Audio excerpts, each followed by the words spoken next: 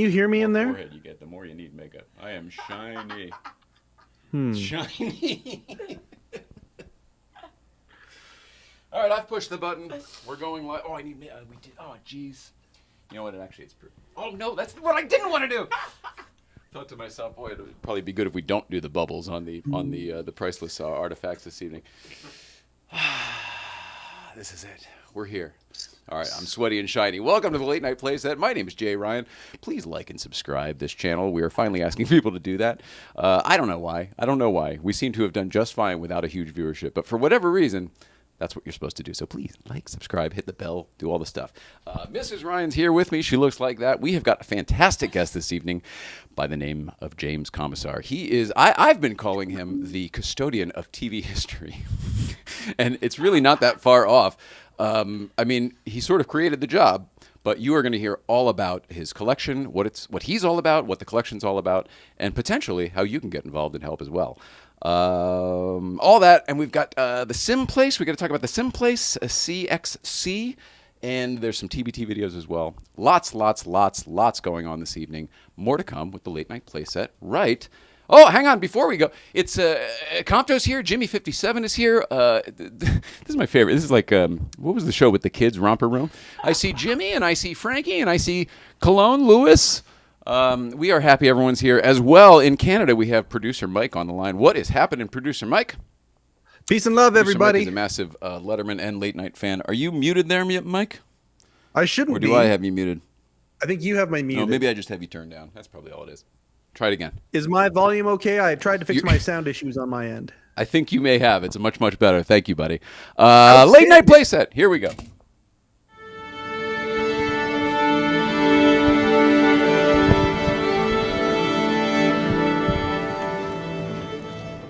Should you need or care?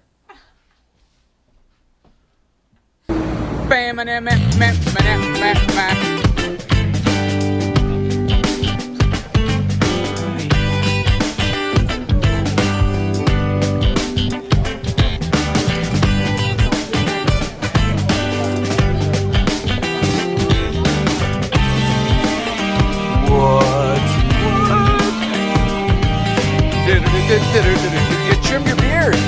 You look great. And he did a shave. Everybody looks great.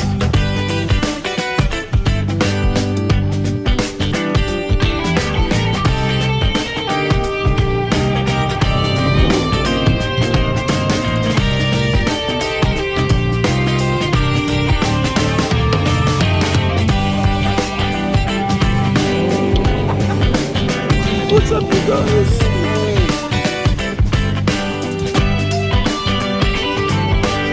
Must be here.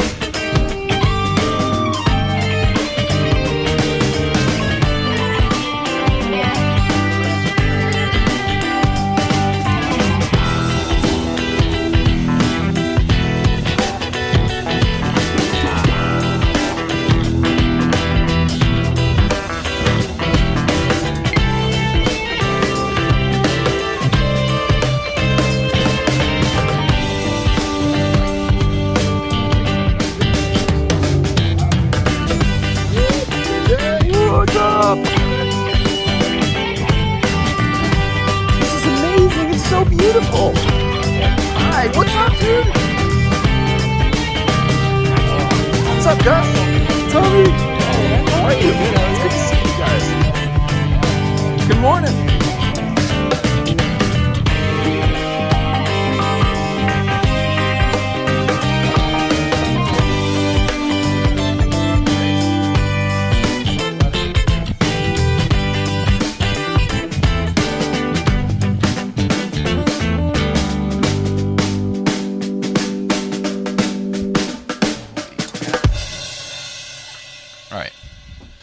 I mean, it wasn't the cleanest top of show of all time, but we did it. We got here. I've blotted. I feel a little bit better. Seated. I'm not sweating so much anymore. Welcome back to the Late Night Playset, everybody. My name is Jay Ryan. I don't know why our red lights aren't here, Mrs. Ryan. What'd you touch? What'd you touch over here? I'm just kidding. Well, welcome back. It's Tuesday, March 31st, 2022. It's Thursday. It's Tradecraft Thursday, and we've got a fantastic guest by the name of James Comisar. I'll get the marbles out of my mouth at some point. Mrs. Ryan will take over right now as I put the red lights on the cameras. Take it away! Good. My favorite part that I'm so bad at. You got a lot of good news coming up, lady. There is a lot of good news. The foundation is killer. Tell everybody about it. It's called the Autoimmunity Foundation. Thank you for coming up with the coolest name I could imagine.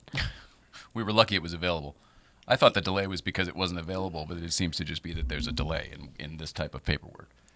But I'm very excited that you got Autoimmunity Foundation, which is fantastic. Yeah. Because you're going to be engaging autoimmunity throughout and with the auto community. You're putting community in autoimmunity. Yeah. I get it now. Okay. I get it. Or something. Whatever. But MS is an autoimmunity disease, and you don't want to narrow it to just folks who suffer from MS. It's you're opening it up to everything, right? It's a little of everything, like this MS thing seems to be. So might as well. But it's reintroducing me to my old life people. So it's super cool. Are you reaching out to them? Are they reaching out to you, or both? More of them to me. It's nice to be a magnet. Yeah. You were used to that. Your old life, you were the magnet. Very strong magnet. Working with Chris Rock and Serena Williams. The other night, I remind you all, the other night would have been her problem to deal with. Yeah. The beginning Both sides. of it. The beginning of one would have gone on forever. What people don't take into account is that they'll be asked about this for a decade. Yeah. And the invisible part that people couldn't possibly take into account is how much behind the scenes goes on, and how much that stuff overwhelms and takes over that role, that publicist person's role. Tracy Morgan used to say some questionable things. We used to get calls in the middle of the night because he was someplace else on the globe saying something questionable, and all of a sudden, well, we're up because guess who's got to deal with it? Real time. Yeah. I mean, there were a ton of people who you had to deal with. I just think of Tracy Morgan as being very public, and people know That was a big one. It got picked up and distributed everywhere. It went viral before that was the thing, and I was even taken off guard. I had no idea. Well, I mean, I had an idea, but it had been in my lexicon of colloquialisms for years, so it wasn't as big a deal to me. But when he said it where he said it, everyone took offense. It was crazy.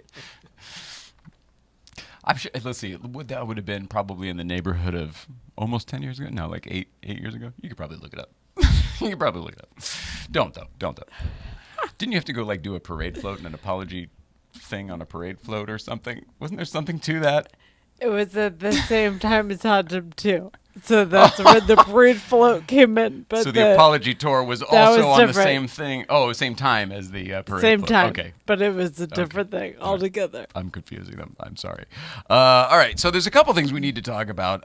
One, GVBC, this little thing that we accidentally created up in the mountains, is getting quite a bit of press lately. We were in Auto Week this week, so thanks to Mark Vaughn for writing a very nice write-up in Auto Week. And then we were in. There have been a few. There was. Whatever, I sent you a bunch. Thanks to everybody who's been coming up and saying nice things. It seems to be overwhelmingly positive, which is good. You would want that with a thing called good. It's cool venue, but the people suck. That would not be fun. So we're just really grateful for that. Thanks. If you want to buy a T-shirt, this T-shirt seems to be pretty popular. Not just because I wear it all the time. But go to DualShift, DualShift.com or DualShift on the Instagram, and you can get yours there in most sizes, as well as other GVBC merch. We talked on Tuesday about the microphone anniversary, so it's kind of cool that our guest is here this week, because this is the anniversary of that week where that whole story I told you took place. So you know what? For the sake of TBT, Mrs., and then we'll talk about it once our guest is in here, but let's just watch this very familiar TBT from 26 years ago this week. Roll it out. Once you get her started, by God, there's no stopping her. I've noticed two problems with the new set. What? Well, one, this microphone is higher than it needs to be. Now, what's that about? Well, it's because the other microphone, the one that's been on the desk for 2.5 years here and 13.5 years at NBC, last night that was stolen. You're kidding. Now, that was stolen. So So we had to replace it with this other new, and it occurs to me that we stole that microphone from NBC. So, you know, and the other thing is there's no window here now, so when I do this, what do we get? See? We used to have some kind of satisfying sound effect that, I don't know. Some things to work out. We'll have some meetings and we'll take care of those. Yeah, so, you know, all right. You know, it's not so raw or anything anymore, but sorry, Dave. We've done so much work to try to either remedy, rectify, improve this situation. Luckily, the Dave camp, including Dave, doesn't seem to give a crap about the microphone. But they are kind of interested in completing this story. So there should be more to come on this soon, but nothing today. But hell of an anniversary. Not my proudest moment. Yeah, there's a lot going on. I'll remind everyone that my father had just died, and I got let into the Ed Sullivan Theater overnight, and sure enough, I checked out that whole new set and walked away with this sucker right here. And then I went back to Dave's house and gave him the microphone that I had made from my high school show, and then he used that on the show for the rest of the time. It's a hilarious story. If you're not me. All right, so that's out of the way. The Oscars, we sort of touched on that. Nothing really new there other than, man, I'm subscribed. I want to see what they do. I'm curious. It affects so much, like the category that was Serena's category that Will won for, like that movie. Yeah. And we worked in that in different incarnations of that documentary for years. So Because you were developing it way back then. yeah, so this is huge. It is huge. And Chris knows Amy, who was one of the hosts. Like, this goes so broad. Well, yeah, it's funny because it's definitely bigger than the industry. It seems because it's starting a conversation that's bigger than the industry. Yeah. And I don't know. Sometimes maybe we're back to the old days where the industry actually does inspire good, trying to shape things and maybe I don't know. It sucks because like the rest of the world, I'm a fan of Will Smith.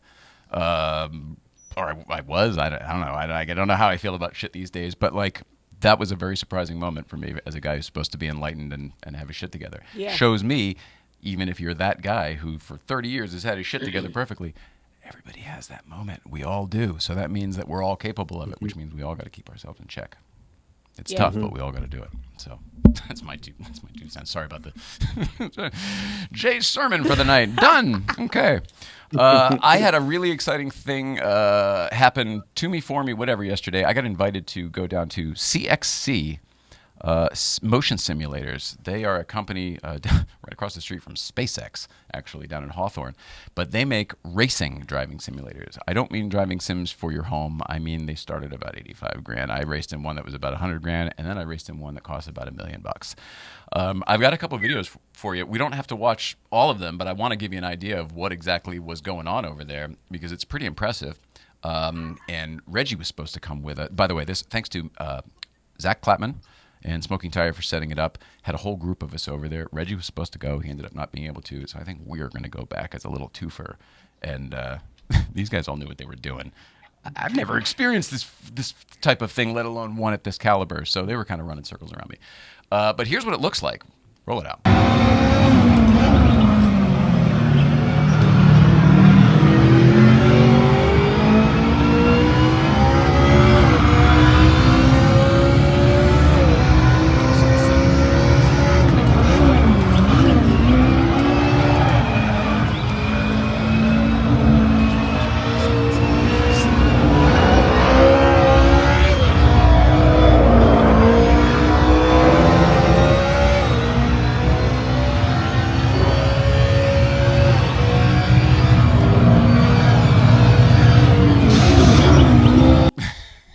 Yeah, whoopsie daisy. A little bit more than the Xbox setup that we have here. A little bit. Pretty wild. So that seat moves. The seat belts have tensioners on them. So like when you hit the brakes, the seat belt tightens to make it feel as though you're going forward. Really bizarre stuff. How they Dumb F with your question. senses. Sure. Does it feel like actually driving now? I mean, that's tough. This one, no, but they simulate it really well. Now, what feels like actual driving, and this blew me away.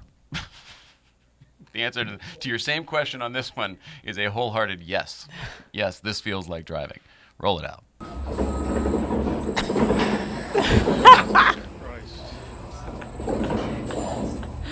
that's what I see in the screen there as I'm racing this trophy wow. truck around.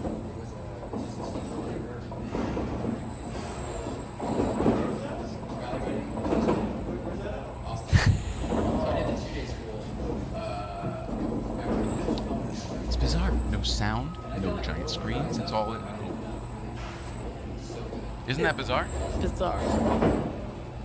So that goes on and on. We don't need to watch the whole thing. But what I was trying to explain to the missus there and to James, that is an actual real trophy truck that has raced. That is a race truck with provenance that has been bought by this company, disassembled, mounted onto this rig, customized to fit onto this rig.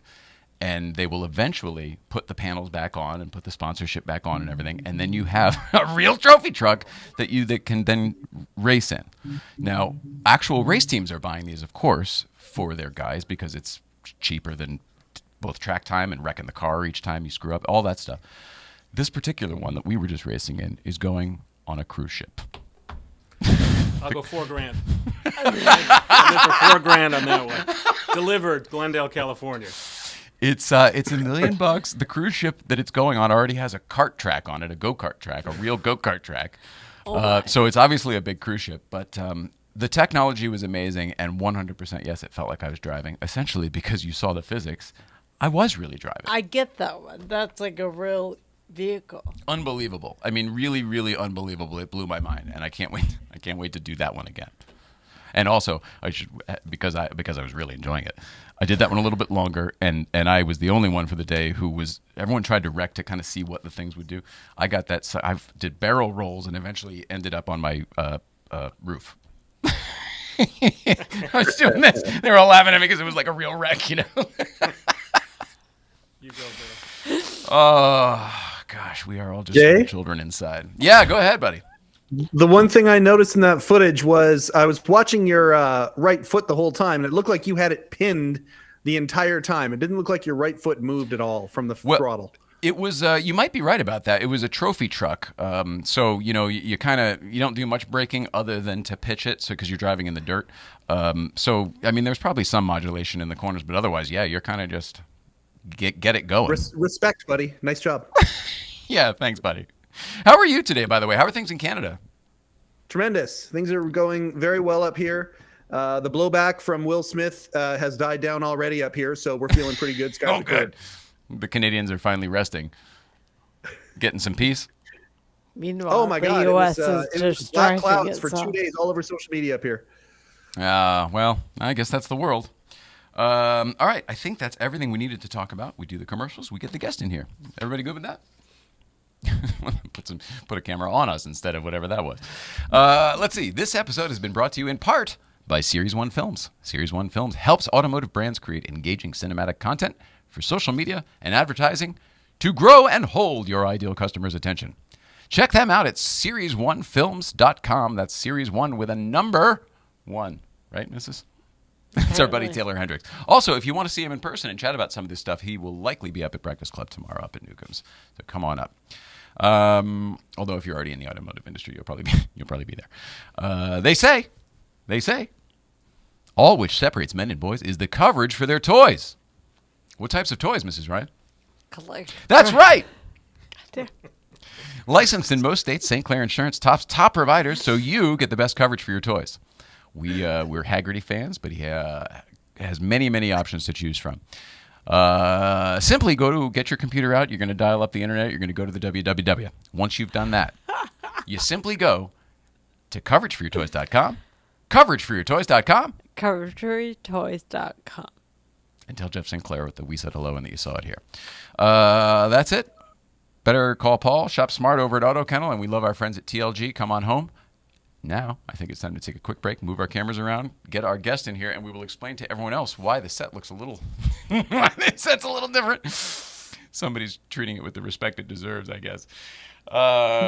More to come right after this.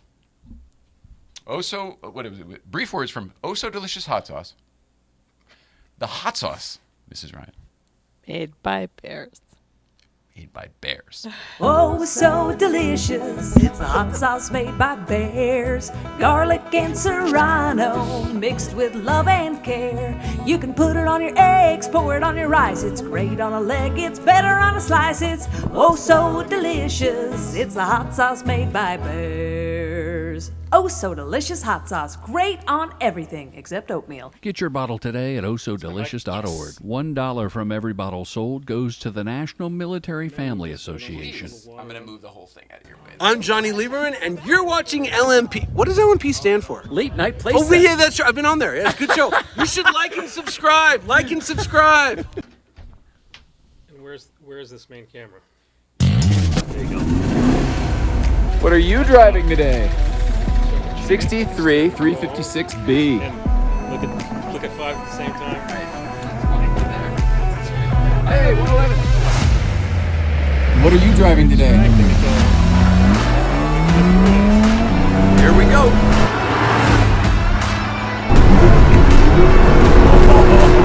Oh, this is fun, David. Thumbs up for sure. This just proves that you don't have to go fast to have fun. You don't have to go fast. Can you see my smile already?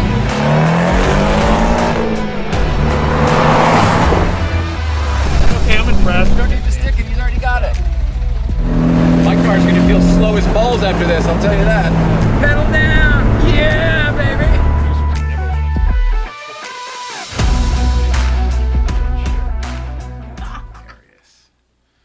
All right, this is the exciting part.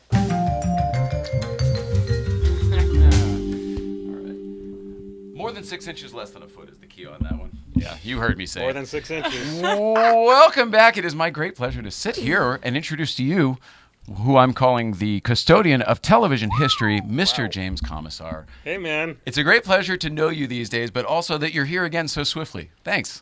Happy to be here and see you, and even more happy to see Nicole. Obviously. I'm going to go 1,200 on those famous green shoes that you've worn over and over on the show. Ooh. I could do 800 cash or 1,200 bank wire. You tell me. So we've known each other for a while now, and I, of course, have marveled as you as a fan. I've met thousands of fans, but, man, your story, whew, that is a unique fan love story that you have there, Jay. I'm not proud of it. You know that. When I was telling you the first time, I was like, this guy, I could see your face changing as I was telling you the story. I go, he doesn't know what to make of me. He doesn't know what to make of me. Well, I'm opening with this. We don't normally suggest that people go into the studios, break in, and steal things, but good on you. I will say I was a kid and I was a little sensitive at the time, but there is no excuse. I'm going to go on record and say there is no excuse for the kids at home there. How's that tracking anklet? Is it feeling uncomfortable? That's why we never leave the house. The thing is, as crazy as my story is, as we got to know you, some of your stories were, I mean, not as mischievous perhaps as mine, but every bit is unbelievable. I don't know how much we can say about your collection, so I want you to take it away, but I know we can talk about Johnny Carson and David Letterman specifically today. You have the whole Carson set, and the story for how you got that blows my mind, and I think will blow any fan of comedy's mind. So if you don't mind starting there, we can... Sure.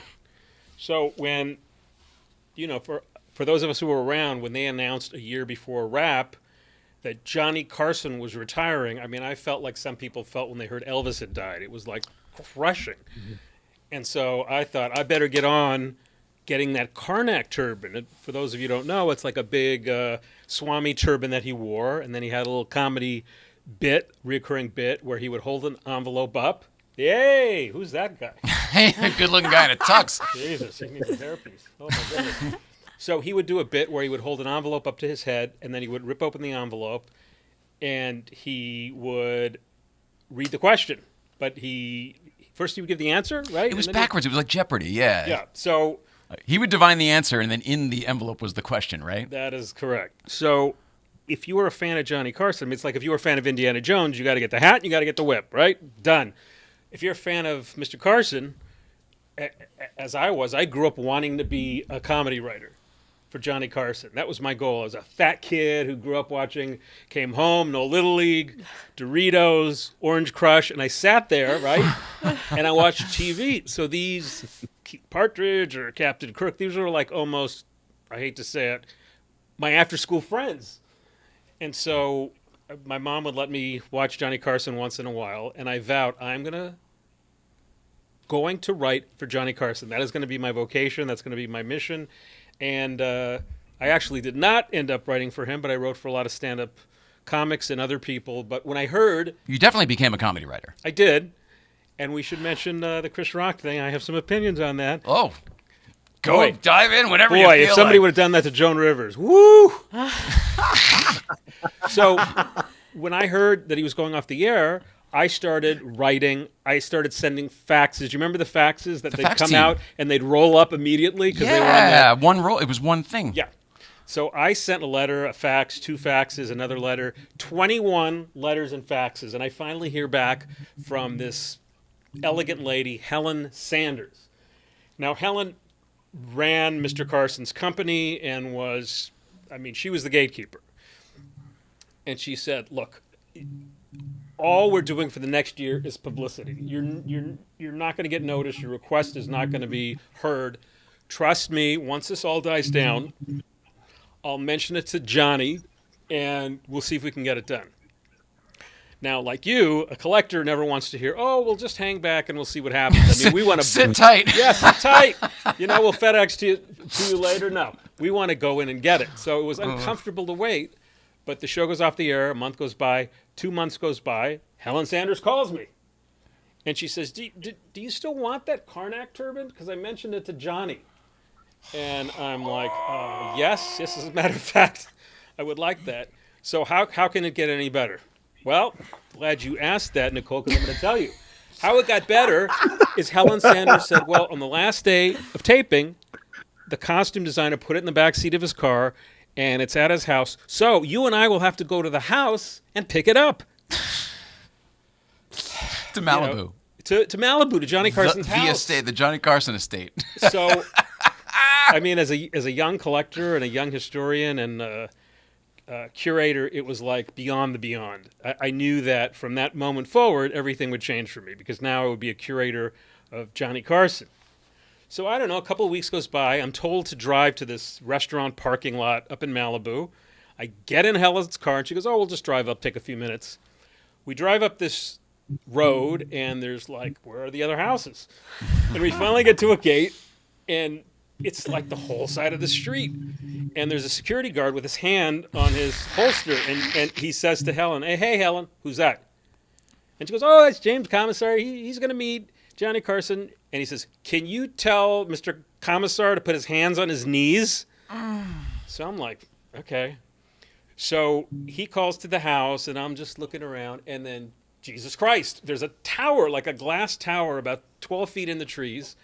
And there's I think I remember seeing a sharpshooter, but I saw like 3 or 4 guys watching to see what's going to go on. And so I stood very still until they said, all right, go.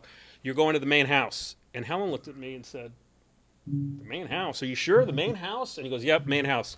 And she said, I've been doing this for years. I've never had him bring a guest to his residence. He had a big house next door that was called the tennis house. And she said, this has never happened before, but good for you. We're going into the main house. So His friends didn't go to the house. Nobody Did people know that? Nobody went to the main house. So the poker games were off property. And, he owned a few properties On that same alongside lollipop, his street.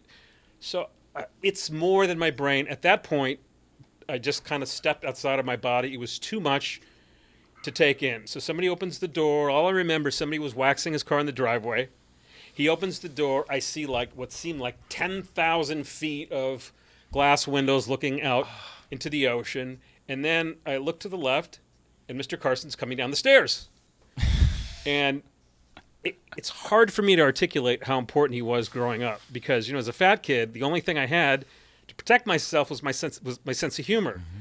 And writing for Mr. Carson was the dream. And so he was coming down the stairs with this beautiful, it looked like a sterling silver hanger, very substantial, and he had a pair of gray slacks on it. Now, why is that important? Because Helen Sanders said, you know, we got you the cape and the turtleneck with the brooch, and we have the turban, of course, but we don't have any pants because whatever Mr. Carson was wearing that night, his suit, he would have the suit pants on. Oh, he would just wear the show pants. They would Yeah. only dress the top, of course. So he was so on his game that he was coming down the stairs and wanted to give me a pair of gray slacks so the ensemble could be dressed head to toe. And it was like he finished the costume for you almost. she probably mentioned it to him 2 months ago. She didn't call him that morning. And he was just that kind of guy, really, really smart and really caring. And so the only thing I remember, and I didn't know how much time I had, I said, Mr. Carson, if you don't mind me asking, how did you come up with that whole Karnak question answer? How did you come up with that? And he goes, oh, I have a great story. Do you have a minute? Do I have a minute for Johnny Carson? So I was there. Helen went her own way, and I was there. I couldn't tell you if it was 15 minutes or 2 hours. It was just like a dream state. I don't even... You know I can relate to that. Yeah. So time stands still. It's like you at the back door with Dave. Yeah. It was like... In his yeah, exactly. You just can't track time at that point. No. So... So, you know, as part of my chat, like you know, I'm a collector, and you always gotta hustle. You gotta hustle. So even though I'm just being handed over the Karnak turban, right? In my opinion, the greatest TV treasure in the history of the television medium, I'm already thinking about what's next. So I'm admiring this beautiful turban, and we're talking a little bit about it, and it's heavy. You know, it's so front-loaded that, you know, if you don't watch yourself, you kind of start to go forward. It's a big... If you go to the photo, It used to kind of slide down his head a little bit sometimes, it too. did, but he never wanted to replace it. It was one turban that worked from the time he came here in 72 to 92, and I believe it was designed by Rhett Turner, who went on to partner with Bob Mackie and design thousands of brilliant costumes. But I don't know, you know, some performers are superstitious, and he didn't want to change the turban out, and they changed the brooch and add some pearls about 10 years in. Other than that, But it was always the same one. The same. Wow. So, stop interrupting me, Nicole. Let me get to the end of the story. So I'm thinking, well, what's next? I'm never going to be in this living room again. So I says to the guy, I say, well, Mr. Carson, what are you going to do about your set? You know, the home base and your chair and the desk. Have you given that any thoughts? And he looks at me like I'm crazy. And he said, I had the tackiest set in Hollywood. And who would even want to see it? So I could tell you that I spent the last 20 minutes trying to convince him that I'm the guy to preserve the set. But in all honesty, I spent the next 20 minutes trying to convince him not to put it in a roll-off dumpster. And that was the selling I had to do. But please, don't throw it away. I'll come and get it. I'll take care of everything, and then it'll survive for all the fans. And he was like, God, you have anything better to do with your life, really? You want to save it? But... So you would have thought that's the apex, right? That's the top of little Jimmy Comisar's life. You would think. You would think. But, Nicole, I get a call like a year later from Helen Sanders, and she said, Mr. Carson wants to know if you want the Tonight Show set. See, it's been on exhibit in Florida at the AFI exhibition gallery, and the time is up, and he wants to take it back, but he said, if you want it, you can have it. So after I changed my underpants, I thought, oh my God. And like a week later, I was in Florida, and the exhibit couldn't have been more horrific. I mean, the standard of exhibition was my 13-year-old daughter, Ella. Hi, Ella. Could have done it so much better. And then the rest was dumped in a Disney warehouse. And the production, whoever, you know, when something wraps, it's not very pretty. They want it offset within 24 hours. It goes into the trunk. They don't furniture pack it, friends. They don't put bubble wrap around it. It just goes in the truck, and it's a shit show. Yeah. So when I saw it just piled up like garbage, the pieces that weren't on view, I fucking lost it. I said, this is unacceptable. You're going to have to get this together, and when I pick it up, this is how I want it. And they said, no, this is how it is, and you want it, go get it. That's all we're going to do. So I say to them, so you understand I'm here for Mr. Johnny Carson. I'm going to give you 5 minutes to think about your answer, and if you want to stick with that, and then I'm calling Mr. Carson in his car and telling him that you're refusing to return his materials in an appropriate fashion. Time starts now. And as it turns out, in just a few minutes, they were willing to heed my request, and they packed it up and crated it, and the rest is history. But do you think I had a warehouse for 14-foot, 800-pound set walls? Do you think I knew what I was doing? I had to. How does that work? We got a desk and chairs, and we had to think about it. You have what was once a full. It took a whole soundstage. How does that happen? I guess it folds up into a small amount, but it's still a tremendous amount of real estate. It's this, to get on a proper truck, like a 50-plus foot truck, or what they call a lowboy. It can't be more than 8 feet wide. No piece can be more than 8 feet wide. Mm-hmm. So we figured it out. We rented space at a storage rental facility. Hi, Mark. Scenic Expressions, the best. And we made it work. But, wow. like you, once you had the microphone, did you stop? Did you say, well, I don't need a desk or chairs, or did you keep going? Well, then we decided to get ours was different because we did. My whole life, I'm not a collector. I'm really not. I'm just this kind of guy who's into weird shit and then sort of magnets. We decided to give this back, and then the desk and chairs sort of came to us. We didn't want them. I wasn't trying to get them for us. We wanted to borrow them to use at an event and give them back to the museum. You know what I mean? Then later, because we had made that contact, they then said, hey, do you want the stuff? Okay, first of all, it's time for some tough love. You're a collector. I hear this denial. It's like an alcoholic. Oh, I could quit anytime I want. You're full of shit. Nicole, I'm going to speak with you directly now. You understand that he's a collector. He has the mic, he goes for the desk, he goes for the chairs, and that's called a collector, motherfucker. So, like you, next to you, I don't feel like a collector. You're as sick as the rest of us, Broham. So, I get the set, and I bring it home, and it needs a bit of work, right? And so I'm done, right? I'm happy, I can go on with my life, and everything's perfect, right? I feel like you have to do more so that you're not so crazy. I feel crazy because it's this David Letterman thing. If we had more stuff, I would just be a collector. You know what I mean? I feel like you got a little bit of everything. Go ahead. I'm sorry.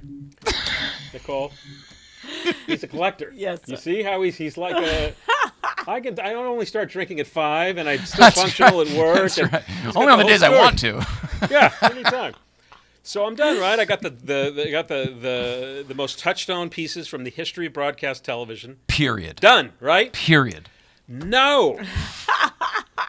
So I call Helen Sanders and I say, this Carnac turban and outfit is amazing. I don't know if you know this, but the Late Night with David Letterman show had wrapped 6 months earlier, and it was executive produced by Carson Productions. So I say to Helen, you know what looked great in that case right next to the Carnac turban? Dave's Velcro suit. Do you have any clue on... There was only one. Whoa. Do you have any clue on how to get it? And she goes, I'll call LaSalle. Peter LaSalle. She goes, I'm friends. He moved from Carson to Letterman after Carson retired. Right. She said, I'll call him and we'll see what's happening. A day later, they're sending the Velcro suit. So that's where I stop. That's where I thank the universe, and I live in gratitude from that point forward and want no other things. Am I right? I don't believe you. No. It was a nice pause. It was a dramatic pause. It was a respite, but I had to go further. So I call up dear Helen. I don't know why she would take my calls. I mean, I don't know why. And I said, I couldn't help but notice that the Carson version of Letterman is now in the history books. And gosh, I wonder what happened in the sets, the beautiful buildings and the desk, and I wonder where all that is. Mr. Carson did own the show, so maybe, maybe it's somewhere that it needs to be rescued. I know where it is because I was looking for it too. Where? It was in NBC Scenic Storage over at Lincoln Scenic where they built it. You are correct. You're right. Yeah, I went to go look for it. They said a truck just came. So, see, I admit that's what kept me from being a collector all my life. Yeah. So she calls over to NBC Entertainment and she explains everything. And they said, well, we own the desk. We have the desk and the stuff, and it's here. And he'll have to talk to us about, making it financially, a sound decision for us. So I call him up, and you know they're not going to piss off Johnny Carson. Even at that point, right? No, I Even mean, though no, he's not on it's- TV anymore. No. And so they go, you know what, we thought about it, and you know, there's 3 months back storage on the set over at Lincoln Scenic. Lincoln Scenic, and I go, and she said, it's almost $2,000, but if you'll write that check, then we'll go along with it, and you can buy the desk, the buildings, the windowsill, you know, part of Paul's modesty panel in front of the keyboard, center stage. I have pictures of some of this stuff. Am I allowed to show it? Absolutely, Okay, show great, it. fantastic. All right, here we go. This is what started to blow my mind. Go back to Carson for a second, and we'll look here. Oh, wow. Okay, so that is after we conserved the whole set. That's Mr. Carson's set. We made it available to a Warner Brothers film called Burt Wonderstone. Oh, no kidding. Yeah, because they agreed, if they did it, they agreed to donate tens of thousands of dollars to the conservation of other sets that we had. Did you work on that? No. It was Carell. Carell and Buscemi. No. Okay. They were actually, you know, when I spent a long time talking to Carell, and, you know, he was a stand-up, and he was just like, wow, it's the real desk, and it's so thin, and he was very slow to sit down in the original guest chair, and you could tell that it was just, for anyone who has practiced comedy or has dreamt of comedy, it's, you know, it's like going to Israel, you know, everything is completely. It's the closest thing to seeing Johnny today. So and you know, I went on to write for Joan Rivers and Howie Mandel and other people, and I know you know Jerry. Yeah. And I mean, we're in the same place sometimes. oh, that's pretty We're close. Yeah. I went to camp with them. It's transferable. Yeah, that's Okay. true. That's true. All right. Yeah. So you know that when a comic, like when Jerry went on the Tonight Show, if you asked him what his birthday was, he'd say, I have 2 birthdays. One when I was born, and one when I was My discovered. first appearance. The yeah. first appearance on First Carson. First right? Carson. Yes. First Carson appearance. So it's just as important as it possibly could get. So, right? It Yeah. went easy. I just went over there and picked the stuff up, right? Because that's how it goes when you're collecting stuff, You're right? hilarious. No. No is a correct answer. No, not at all. So I go down there and... Back to late night now. Sorry. now Back we're to on late night, sorry. And I call them up, tell them I'm coming down. I order and pay for 4 union labor guys to help me because it's, you know, these buildings are massive and the desk is, you know, a couple hundred pounds. And so I get there and I'm like, I'm here. I'm ready to pick up the Letterman stuff. And they don't Best day of my life. Hi, everybody. Hi, little Johnny Comisar. I have Elvira's underwear. All grown up. So they go, yeah, and I said, well, we have 4 laborers booked. I already paid for them, and I want to get started. And they said they all called in sick. 4 out of 4 all called in sick. So I'm like, the truck is coming from 5 p.m. At 5 p.m. from California. He's got like a 2-hour window to load it, and it's got to get back to California. So there's one guy working in the office who was like me, you know, all of 4'11", and he's like, I'll help you. And I said, come on in. So we undo this mountain of buildings. I mean, they were just, I wouldn't say thrown on top of each other, but it wasn't delicate. It was just, and at the very bottom was the desk. So somehow, The fact that there's a pile of set. it was a pile of set, all right. And so it took us from like 9 to 4:45 for us to get these pieces and roll them onto the dock, right? And we're just like worn out and dirty, and my truck's, you know, he said, yeah, we'll be there in 10 minutes. So I'm sitting there on the dock, and I'm just sort of taking in like how amazing my life has gotten and how I just picked up David Letterman's set. And as you know, it takes a while for it to absorb. It takes a while for it to sink in if you really to take in the blessing that is an adventure like that. And so I see, like, you know, from stage left, I see that this guy starts walking over, and he's got like the really, really dyed black hair, and he has like a, you know, those plasticky like windbreakers, and he's got the cigarette going, and he comes up to me. He comes up to me and he goes, "Is that Letterman stuff?" And I go, "Oh yeah, are you a fan? Did you watch the show? This is his first, you know, this is from the late night set." And he goes, doesn't give one shit, right? He's like, "So it's going to California?" And I'm thinking, Christ, 2 good guesses like that in a row, something's not right. So what do you think it is? I've heard this story, and I've worked in New York production before. So I'm figuring I'm being shaken down. That's, yeah. I'm just guessing this is a Teamster because you got your truck coming in from California, probably a U-Haul or some kid. So you think that, but is it just I'm watching too much TV? Am I crazy? This was before The Sopranos. I think your intuition's dead on. So he goes, yeah, I have an office right across the street. You know, the theatrical blah, blah, blah union is right there. You see that building right there? That's us. And I'm figuring, got it. So I had $200 bills in my pocket because I was going to see a Broadway show and then I was going to take my friend to dinner. And I think, go with your gut, Commissar. So I fold up the $200 bills really tight and I thought, I'm going to probably embarrass the hell out of myself. So I folded up and I said, sir, I wanted to thank you for coming out and checking and making sure everything's all right. And I really appreciate it and I respect it. And here's a little tribute and thank you very much. And he looks at his hand and he walks away. Doesn't even make eye contact with me. 5 minutes later, 4 laborers show up and the truck is loaded in 10 minutes.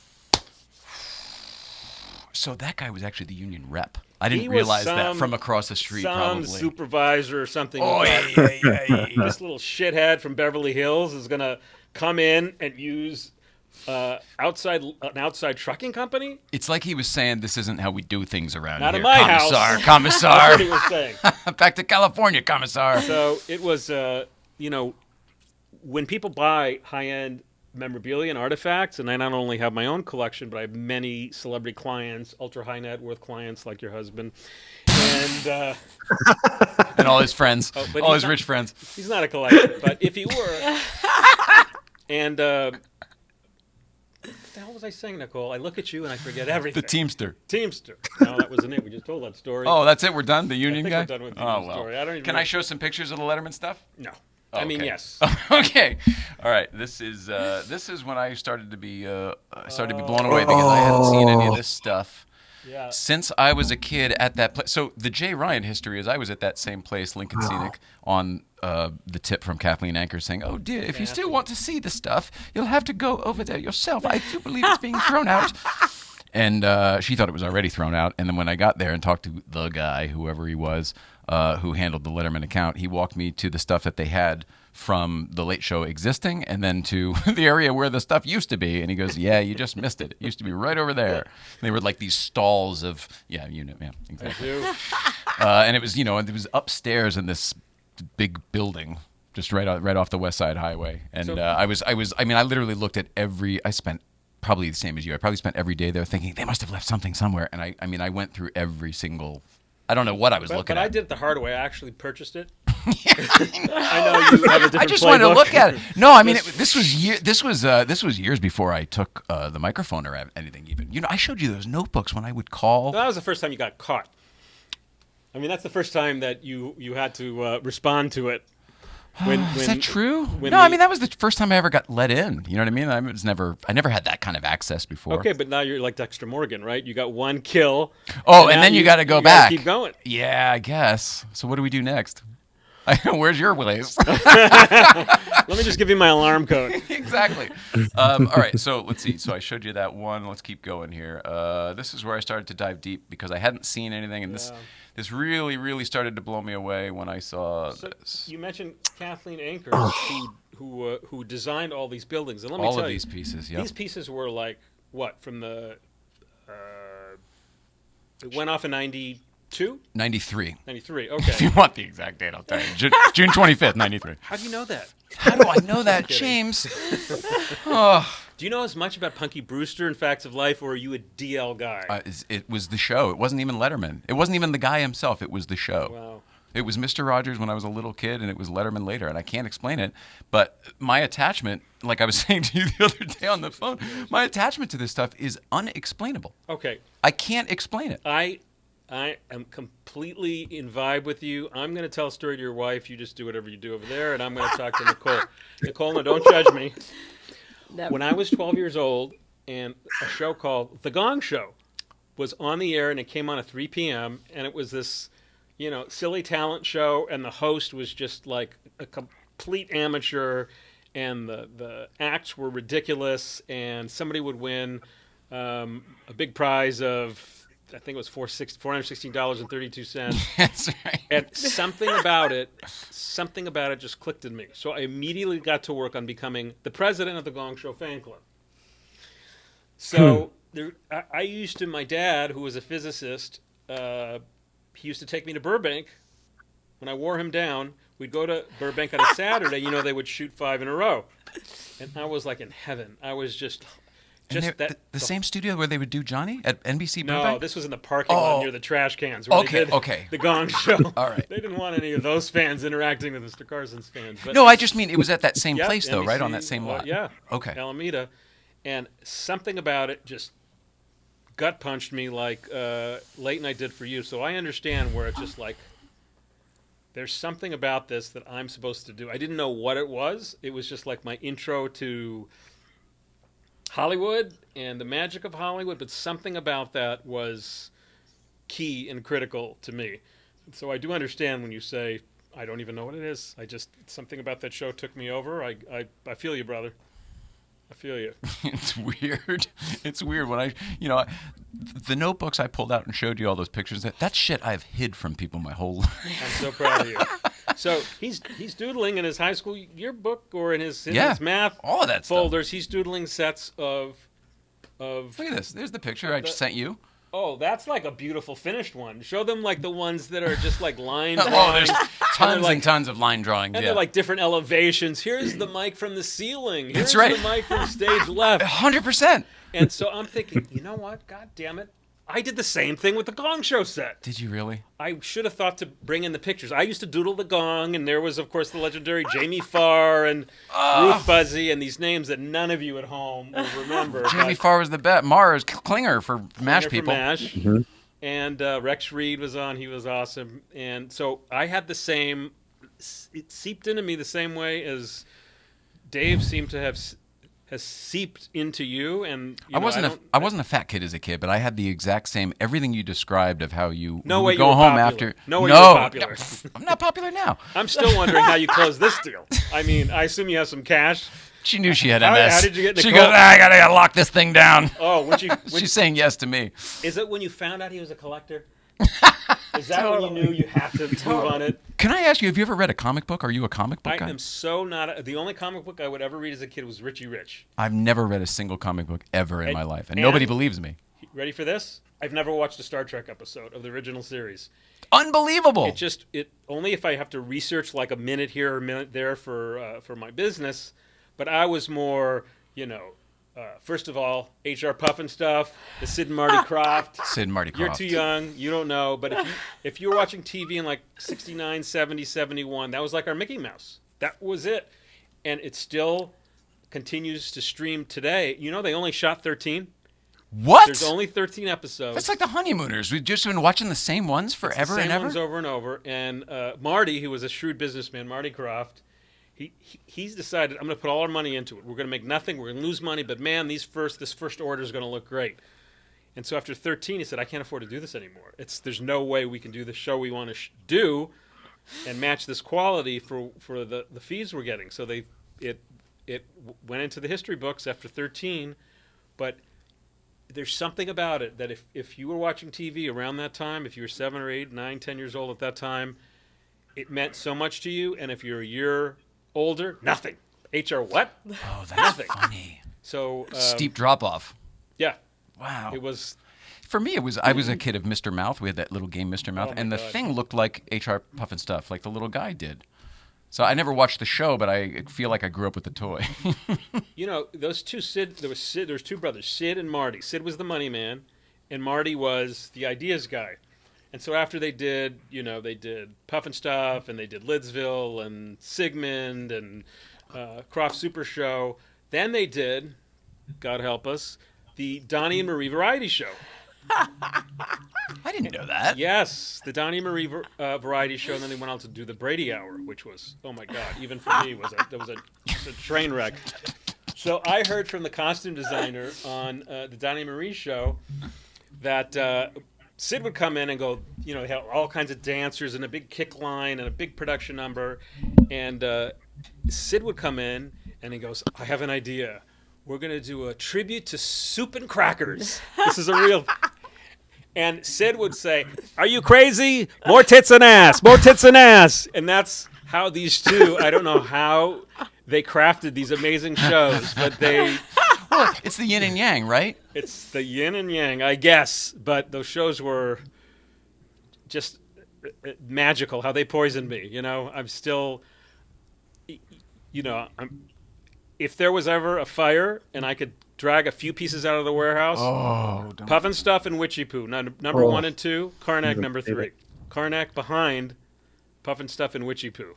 That's how indelible it was for me, were those two shows. Were you ever able to get anything from the original Gong Show set, or were you too young at the time to actually pursue that? Too young. I heard that it was immediately Thrown out. just thrown out. But when they did a movie later about Chuck Barris being a spy, maybe 10 or 15 years ago.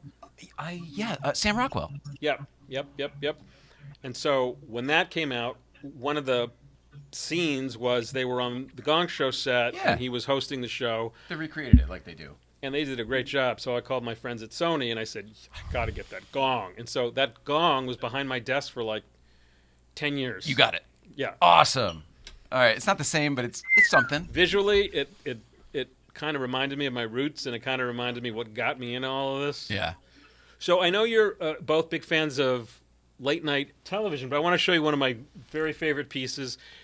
This is Ernie Koufax's original whiskey flask. No kidding. And so, as you know, many of the devices and bits that Ernie Koufax developed were further developed for David Letterman.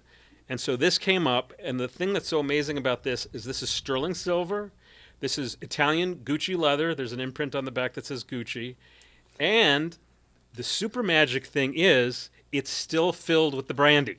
With Come Mr. Koufax's. Can you see?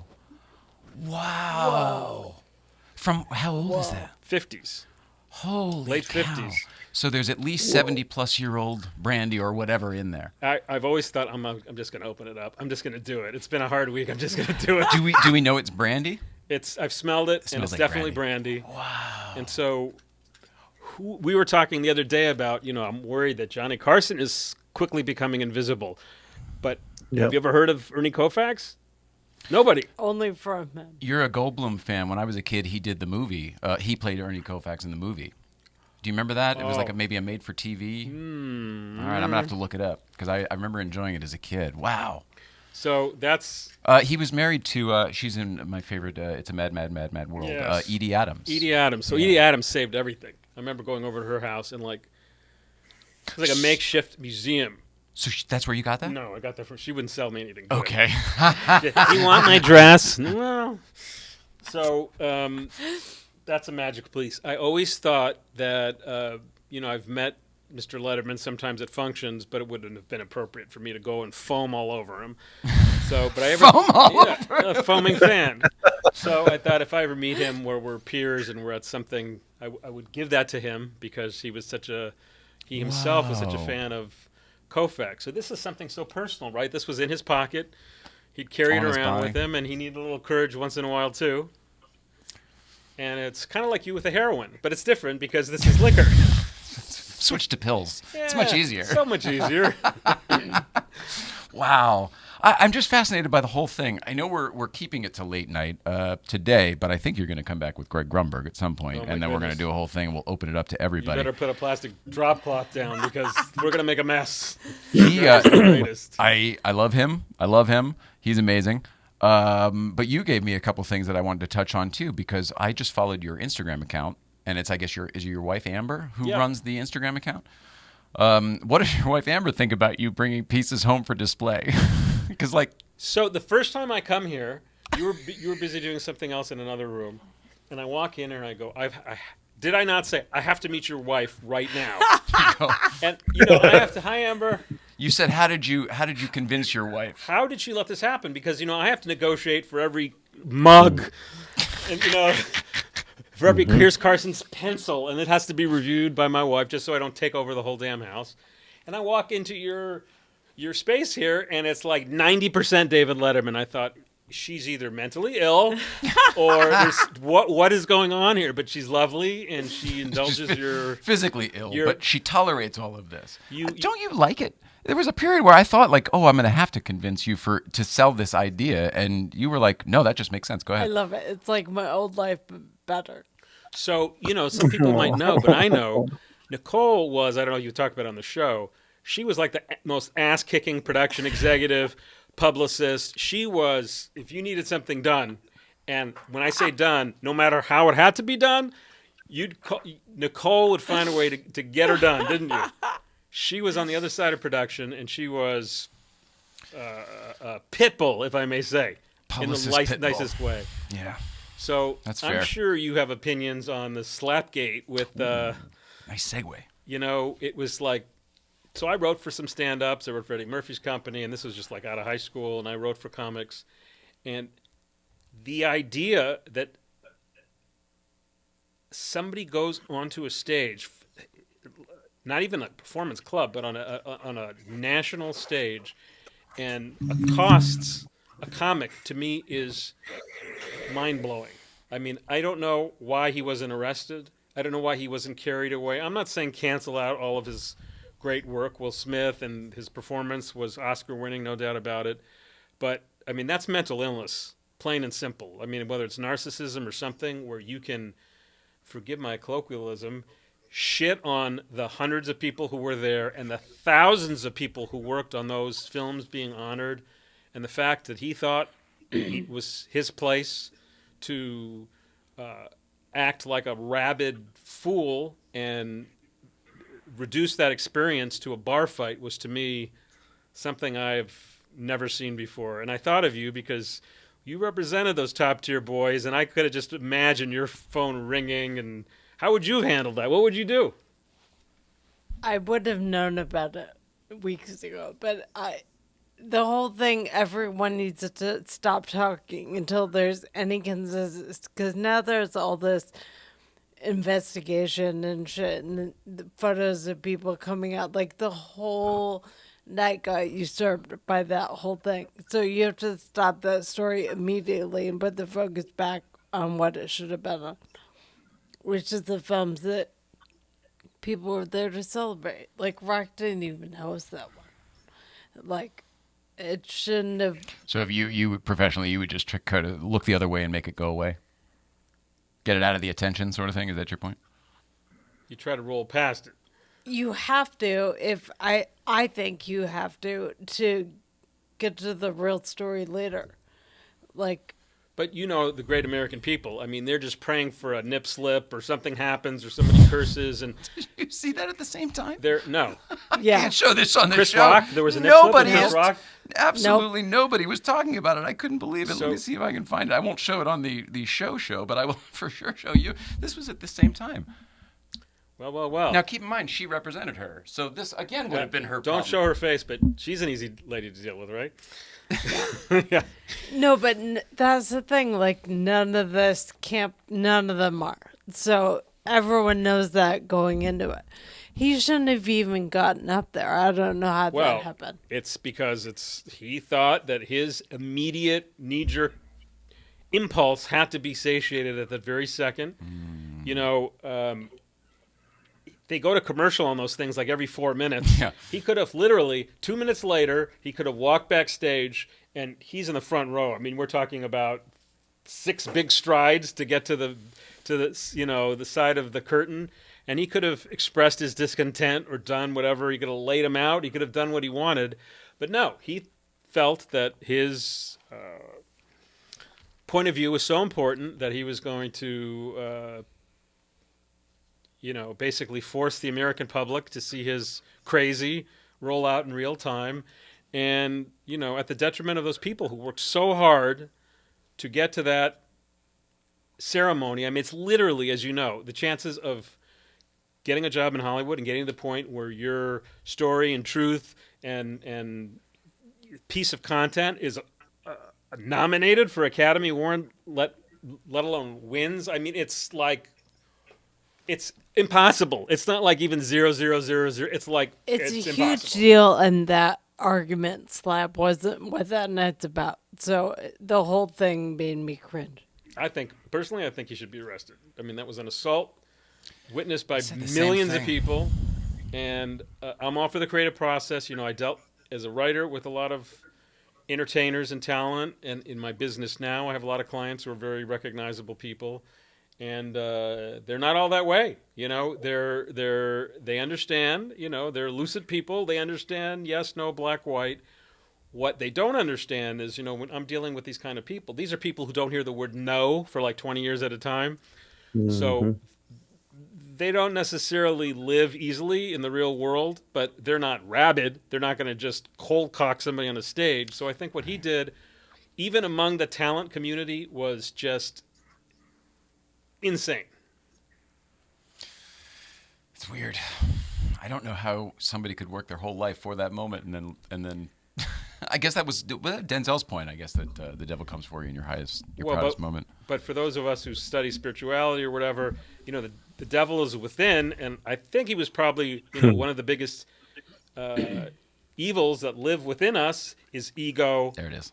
Lust, greed. So his own poison inside of himself was so strong that he ruined his own moment.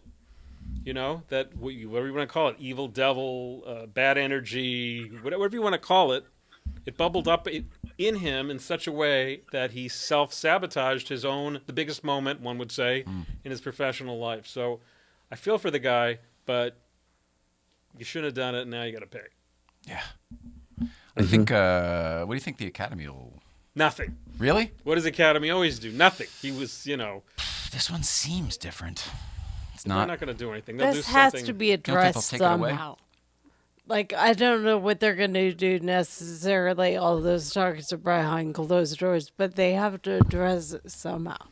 I think it they was should ban international. him. Maybe ban him from attending any other event. I mean, you don't take away his Oscar. You don't. That was my curiosity. I feel like if it was an athlete in a game, they take the trophy back or whatever. But it's also, you know, he had his lines and he showed up and he did a masterful job. But there were hundreds and hundreds of people who wrote and created the costumes and did set design and directed, and you don't just cancel all of that. In my if it was opinion. Best Picture, I would agree with you, but Best Actor doesn't really affect those people. No actor gets to be Best Actor unless you have a top-notch.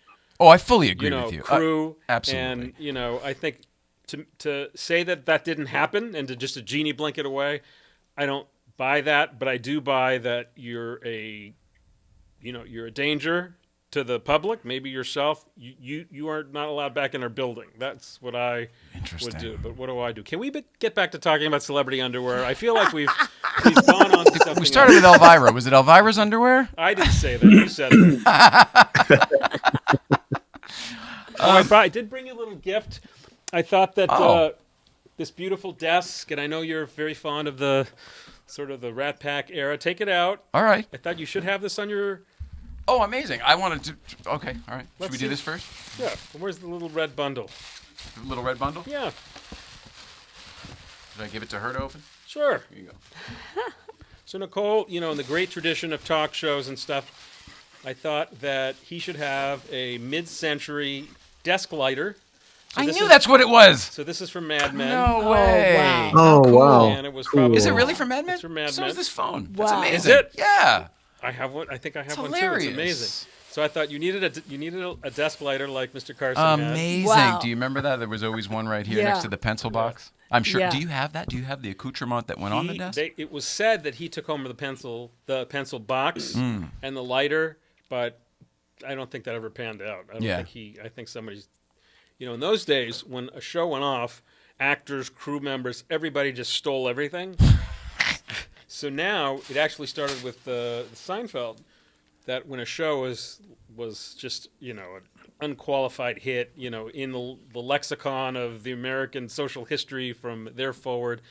Now they have armed guards on the sets before the final show. They'll DNA mark everything because they don't want those things out.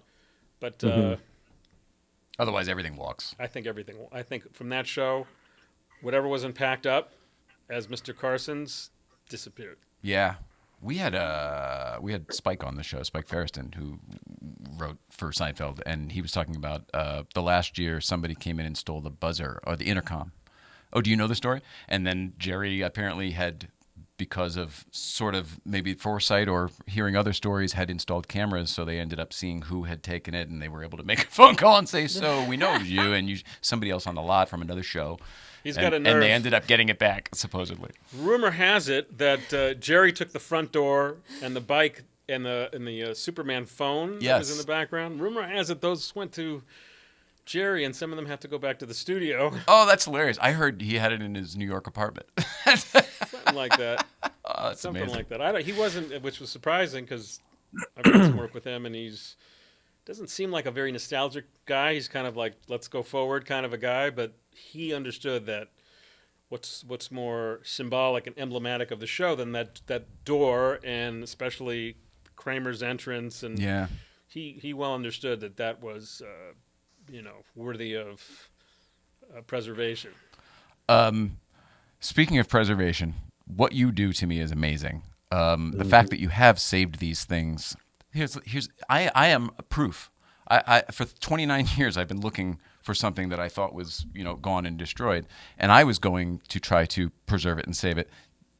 The only reason it's not in the dumpster today is because you beat me to it and you preserved it and saved it. So I just want to say, from the little childhood me, like, thank you, James Comisar. It means the world to me that you did what you did, and that those pieces, that art that was created by a woman I used to care a lot about and talk to on the phone a lot, isn't in a dumpster someplace. You saved it, and it means the world to me. Well, I appreciate it. And I'm sure that if I didn't save it, you would have eventually stole it. So there's that. That's right. Be here one way or the other. But one thing I want to say: this has been like such a blessing and such an amazing journey that I've got to sort of discover and pioneer this art market, and to have clients who are, in some cases, the same people I watched on television. It's all very magical, but you have to contextualize that. When I was doing it, there was no internet. There was no Google. There was nothing. You know how I had to advertise that I was looking for pieces? Call people?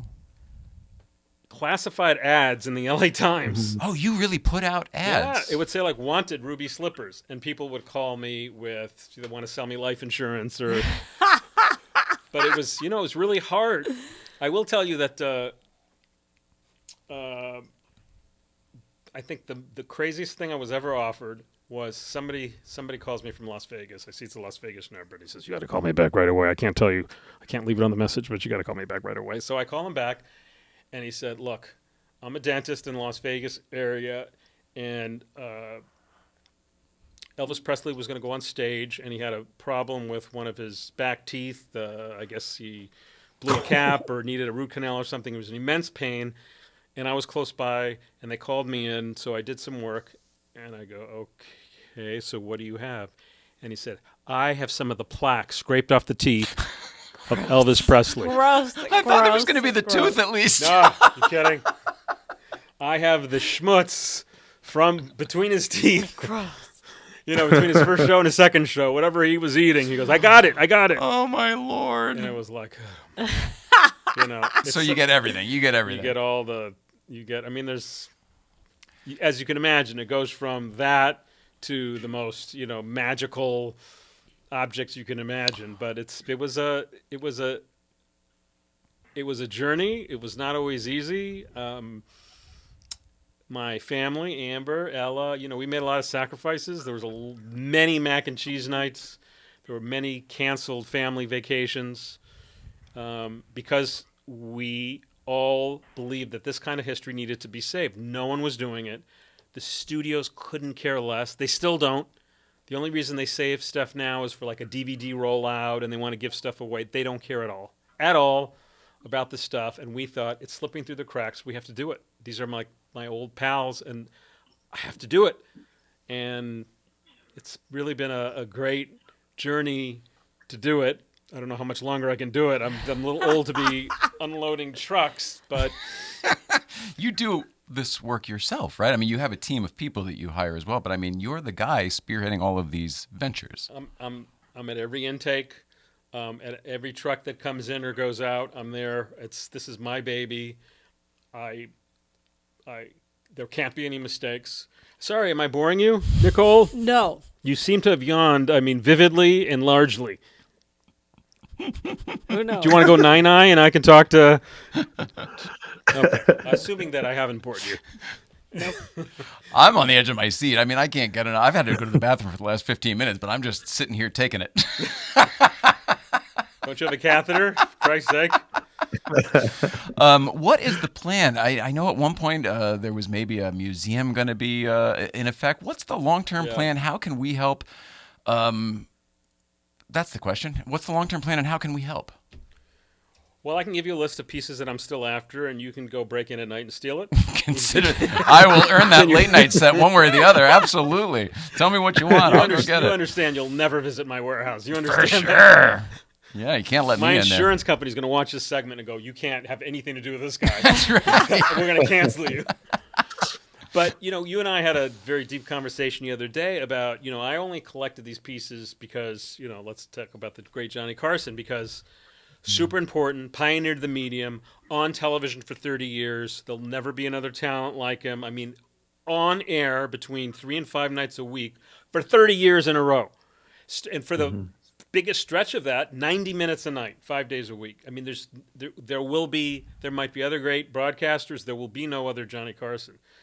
So it's so personal to me that these pieces get saved. But like we were talking about, and I asked you your advice, and I said, should I get rid of or should I sell the Carson set? I mean, I'm worried that nobody knows who he is anymore. I was in a pitch meeting a couple of weeks ago at a big network TV guide, and I was talking about this and Johnny Carson, and these young people look at each other and goes, who's Johnny Carson? And I'm like, validate my ticket and get me the hell out of here, you know? So, there's a sell-by date on this kind of art, and I worry that, will Mr. Carson go the way of Jack Parr or Mr. Kovacs or Merv Griffin or people that are just invisible in our shared popular culture in the 2000s? And this is a great question, but these are the people we still watch on YouTube. So to us, they're still current, even though a lot of them have been dead for 30 years. It's the only hope that we have is that, during the pandemic, the number one category of content that was streamed was comfort television.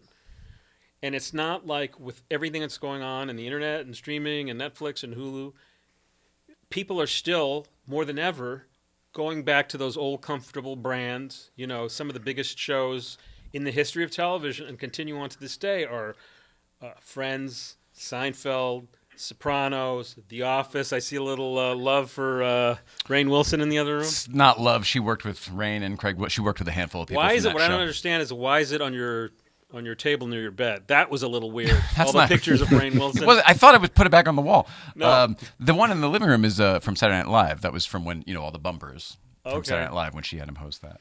So the thing is, what do you do? I mean, we never bought them as investments, but at the same time, I figured out recently. I had a conversation with a member of Mr. Carson's family last week, and they said, "So how's the set? What's going on, and whatever?" And so we did a little accounting.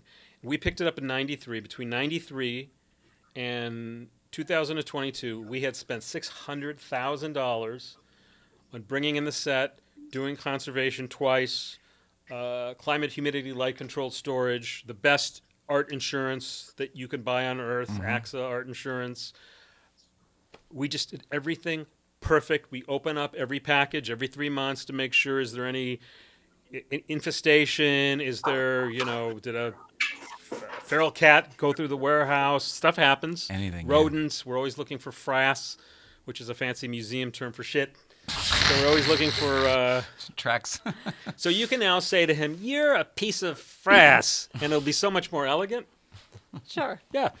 So it's like, what do? You don't want to end up holding a bunch of stuff that has no art market value, because then that's rough too. So, and what was your advice to me on that? Do I continue to save it? Do I let it go? I'm tough on that. I mean, I'm such a nostalgic person that I want to stroll through that museum. I want to work at that museum. I want to help curate that museum. But the idea of, in talking to you, the logistics of actually starting a museum is an impossible nightmare. I mean, it sounds great on paper. is impossible. You know, I knew. Do you know the name Debbie Reynolds? Yeah, of course. She had a huge collection. So of course. she was like, I've been called the Debbie Reynolds of television, which is a huge honor because even in the early '70s, Debbie Reynolds was a musical film star and worked and was trained and came up at MGM where they had the greatest musicals like Singing in the Rain. And she saw that they were treated like, if you go to a wardrobe department, they're treated like garbage. It's like, if we could rent this beautiful, amazing couture beaded gown, if we can rent it for $25 a week, it goes out. If it comes back, it's torn. Made no difference. It was just revenue. It was just rental inventory. So she started collecting everything she could for motion pictures. She did all the hard work. She had hundreds and hundreds and hundreds of the greatest costumes in the history of motion pictures.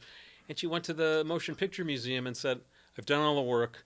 I'm not getting any younger. I want you to have it. And she offered as a collection all of these incredible objects, from Judy Garland's slippers from The Wizard of Oz to Marilyn Monroe's greatest dresses.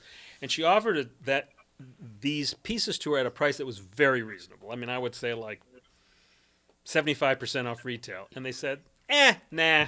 And so she had to go to auction and sell it. And she was, it sold for over $25 million. She had more cash than she ever did in her life, but she was sad every remaining day of her life because the dream was to hold these pieces together. And I have that same, crushing feeling of responsibility that imagine that from all over the world, I brought these thousands of pieces together. And in some of these sets, like, the cast of the Munster costumes, I brought them together shirt by sock, by pair of shoes, by button. I mean, they didn't just show up, here's the whole cast. It was a tremendous amount of work. And the idea of it all going to auction, like Debbie's, where a large percentage of her stuff went to Dubai, mainland China, and it's left the country forever. These are not people who ever sell their assets. And so, I would be... Will never be seen again, basically. And the idea of it going out of country and leaving our country, what is a more American Southern California industry than the entertainment business? That is our hometown industry. And for it to leave and never come back, to me, it's so sad. It's hard for me to absorb. So we'll see. The universe has its plan, and we'll see what's to be. Well, we talked about it, and say some rich benefactor comes in with X amount of dollars, a really, really high amount of money, without putting a figure on it. You want to. Do you want me to? No, you want to. I know you want to put a figure on it. I'm trying to be respectful of you. Everybody wants to put a figure on it. Well, we put one on it the other night, but I don't know if you're comfortable with me sharing that here. But I mean, if somebody all of a sudden you're concerned with me being comfortable on your show, we're like 40 minutes into it, and all of a sudden he cares about me. Talking about money. Anyway, so say something like that happened, and then does the collection leave your hands all in one shot? Do things how does this work for you? Would you really be yourself if you weren't the guy behind this collection? That's like cut me to the quick, difficult. I'm asking my own self the same I know. thing. I know that's hard to reconcile. But the first part of your question is, if I can't do it, and if I can't make a museum happen, which in my opinion will never happen, there's too many working parts. You have to raise, tens, if not hundreds of millions of dollars, and then at the end of year one, you got to do it all over again to keep it going. I don't have that kind of fire in my belly anymore to do that. So the next best thing would be somebody who has a curatorial staff and somebody who collects cultural objects would say, we'll take it in and we'll carry the ball and we'll, hopefully get it across the finish line and see that it gets to some sort of museum exhibition. But those pieces, those sort of parties, really, there's like 2 or 3 on Earth. And trying to get to them is, I've had clients who were U.S. presidents. Easier to get a U.S. president on the phone than, these bold-face Hollywood legends.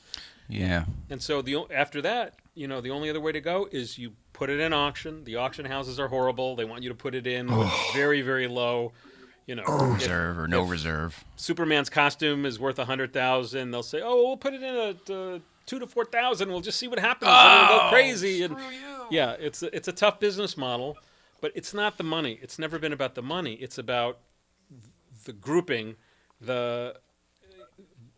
these pieces living in concert to tell the story of our social history. Right. Being broken up is just, to me, is It's a heartbreaker.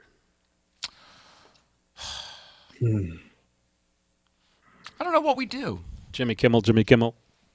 Well, he could spearhead it. You need He doesn't have enough money to do it himself, but he could spearhead it. I mean, this has to be a big endeavor. People don't understand what you have done here. It's even your words do not justify it. You have to thumb through the book. I can't imagine strolling through the warehouse. I described it the other day to somebody. It sounded like where the Ark of the Covenant must be. You know what I mean? Oh, that's nice.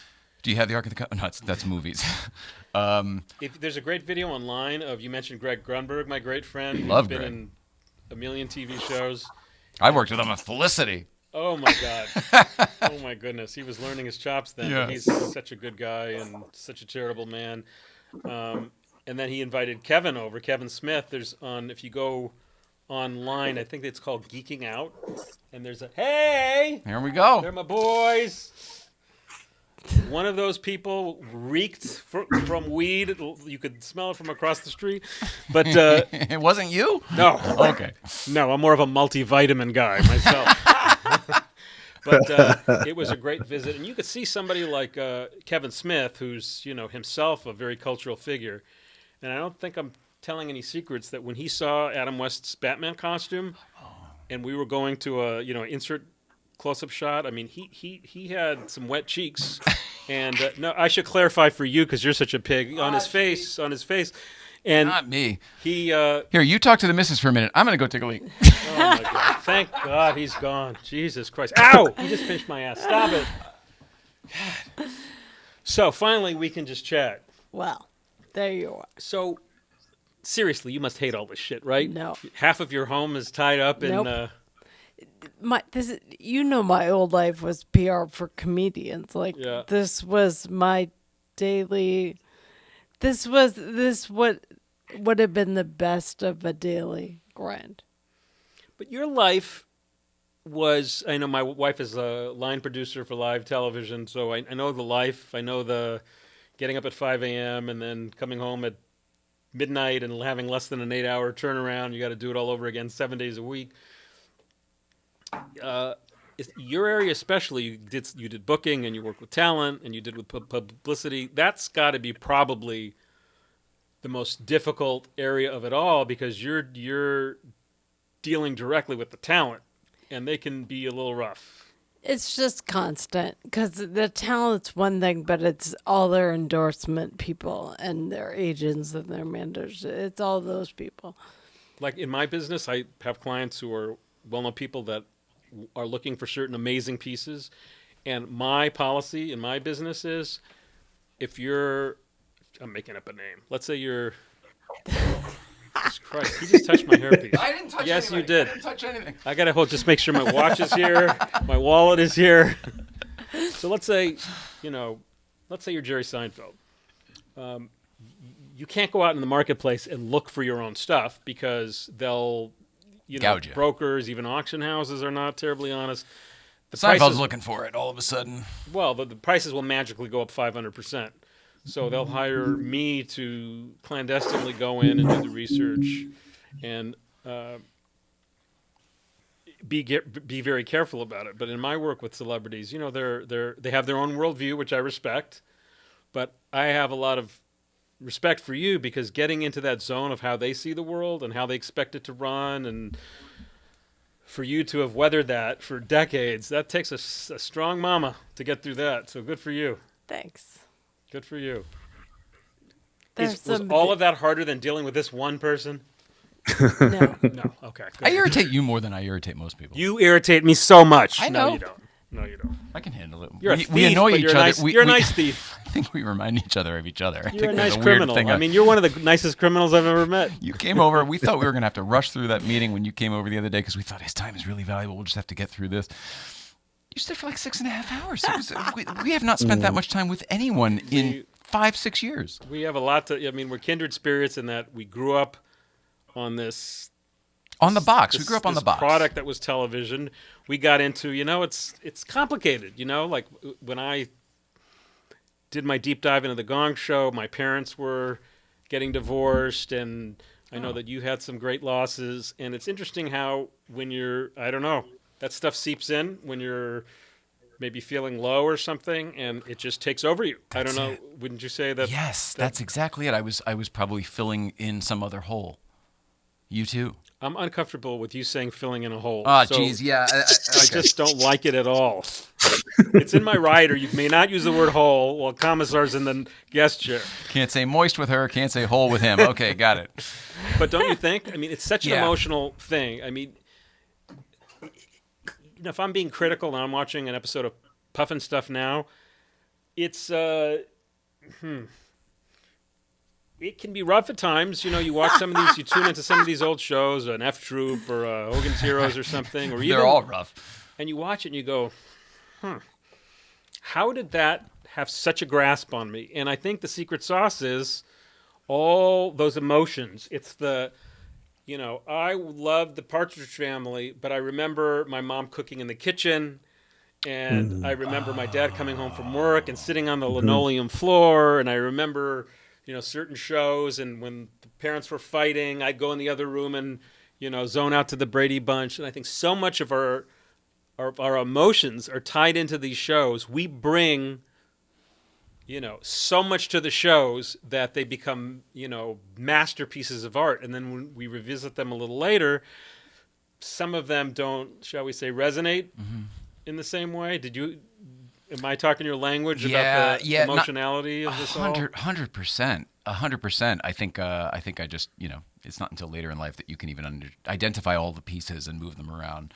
Well, I didn't, honestly, you know, one of the reasons we had this big, long, great visit the other day was when you showed me your doodle of the Letterman set, it just hit me like a lightning bolt, me doodling the Gong Show set on my you know, my Hang 10 folder. And you trapper keeper. And it's interesting that we grew up in different parts of the country, had different lives. You know, I was a heterosexual non-criminal, so, you know, it was very different. Right. Still heterosexual, but obviously a criminal because, as we know. But we were both hit with that lightning, and it really carried over into our life's work and our truth. I would not have been connected with these materials. I wouldn't have done what I did, and it was hard, physically hard work to track down those, you know, Herman Munster jackets or Genie bottles or H.R. Pufnstuf, Jimmy's flute. It has to run very deep because, especially then, financially, there was no reward. This stuff was worth nothing. Right. So why are you doing it? I love that I've been in Forbes magazine a couple times, and, you know, they always say that, you know, I was like this market maker, that I knew before everyone that this stuff was going to trend up. Are you fucking kidding me? All I knew is, you know, I loved Pufnstuf, and Keith Partridge was so talented, and there was no impulse in my brain with, oh, you know, we're just going to hold it, and then long term, and it's going to just be beautiful, and I'm going to retire. It'll all be very valuable one day. Did you ever have a thought when you got, we're going to use that verb, got the microphone? Did you ever think for a second, oh, this is an asset. I'm going to put this in my safe deposit box, and 20 years from now, I'm going to sell it, and I'm going to turn this into money? Never. And I know that's true because you had me over, and one of the things is you'll notice I'm sitting on a white towel.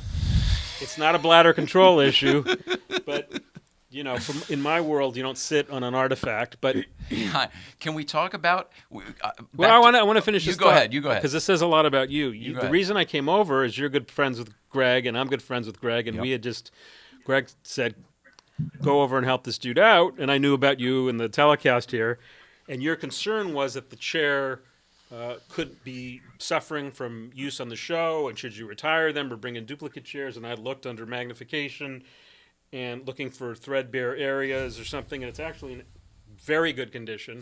Yeah. And so I know your heart is like my heart, where the objects are more important than us. You know, they tell a story that, you know, they tell a story of a show that went dark sometimes 50 years ago, and I immediately felt that to you that it was not, how do I leverage this stuff to make me famous? But no, it was the opposite. In fact, I think we've decided to get rid of the chair. Not get rid of them, but take them off of the set. $1,000. Well, my concern was, you know, when we got them, one was significantly more worn than the other, mainly in the cushion, whatever it's not the fabric so much as whatever the armrest or the bottom cushion. The seat cushion. You're kind of on. If you weren't on your towels there, you'd realize you were pretty much on the springs of the seat, and if you sit in the other one, you're not. You should see Johnny Carson's guest chair. There's nothing there. There's the foam's just disintegrated over the years, and the arms. There's big white. It started out tan, then it was redyed blue, and then now the dye is become unstable, and there's like big white patches where the hands would have gone. Gotcha. And I don't see. As you remember, I had looked at it with magnification, top, bottom, took the cushions off, and they're in. I'm not saying this should be their life forever, right? But you've taken very good care of them. I know you cover them and cover everything when you're not shooting. I'm an old union guy, Exactly. Look, here's 100. I don't want any problems. All right. So when you were talking about your desk and the whole bit, and I was telling you my story, of course, I saw this picture of your desk and all. And there's one glaring. Well, there's a couple things glaringly missing. Of course, it's the guest chairs, and of course the microphone. Oh my God. So where do we go with this? Take it away. Well. We were talking, Nicole, and we were all talking, and I think we're all sort of spiritual people where we believe that this isn't just a world of random chaos, that there's some leadership, whatever you want to call it, and this is a loving source and wants us to do as well as we can. And so I have seen my great friend Gavin McLeod, who used to play the captain on the Love Boat, who died recently. He used to call them God winks, like God winks, where you just get a little tap on the shoulder and you go, oh, okay. And when Greg said, "Coach, see my friend," he really is concerned about the chairs. And, when it didn't hit me because I went to the warehouse, which was Lexington? Oh, Lincoln Scenic. Lincoln, right. Yeah. And the desks were there, and I thought, where's the desk? And it was on the bottom of the mountain. And it's like, well, where are the chairs? Where's Dave's chair? And we were out of time. It wasn't there. Nobody knew. And we took off. And I thought, this is so weird. And I had heard, like, years later that Dave took his chair with him. I don't know if he was superstitious or it was like an FU to NBC, but it was gone. Confirmed. So I go to my David Letterman expert, you, and I said, where the hell did they go? And I come over and I find out that these are those chairs. These are the chairs from Late Night with David Letterman that were later reupholstered. According to Kathleen Ankers, exactly that they literally stole them, Dave's chair, and the microphone was given to them by the audio department, but they took it out of the building. After the rap party in the studio, after the final show at NBC in 30 Rock. Nicole, what are the chances if this is just a random world and there's no order to it, that I end up in your house and I'm here today sitting on these chairs I've been trying to track down for decades and you have them? It's like, the world sometimes works with us to... I felt everything you're talking about, so then I felt the need to do something further as well, and I hope you don't mind me sharing this, but...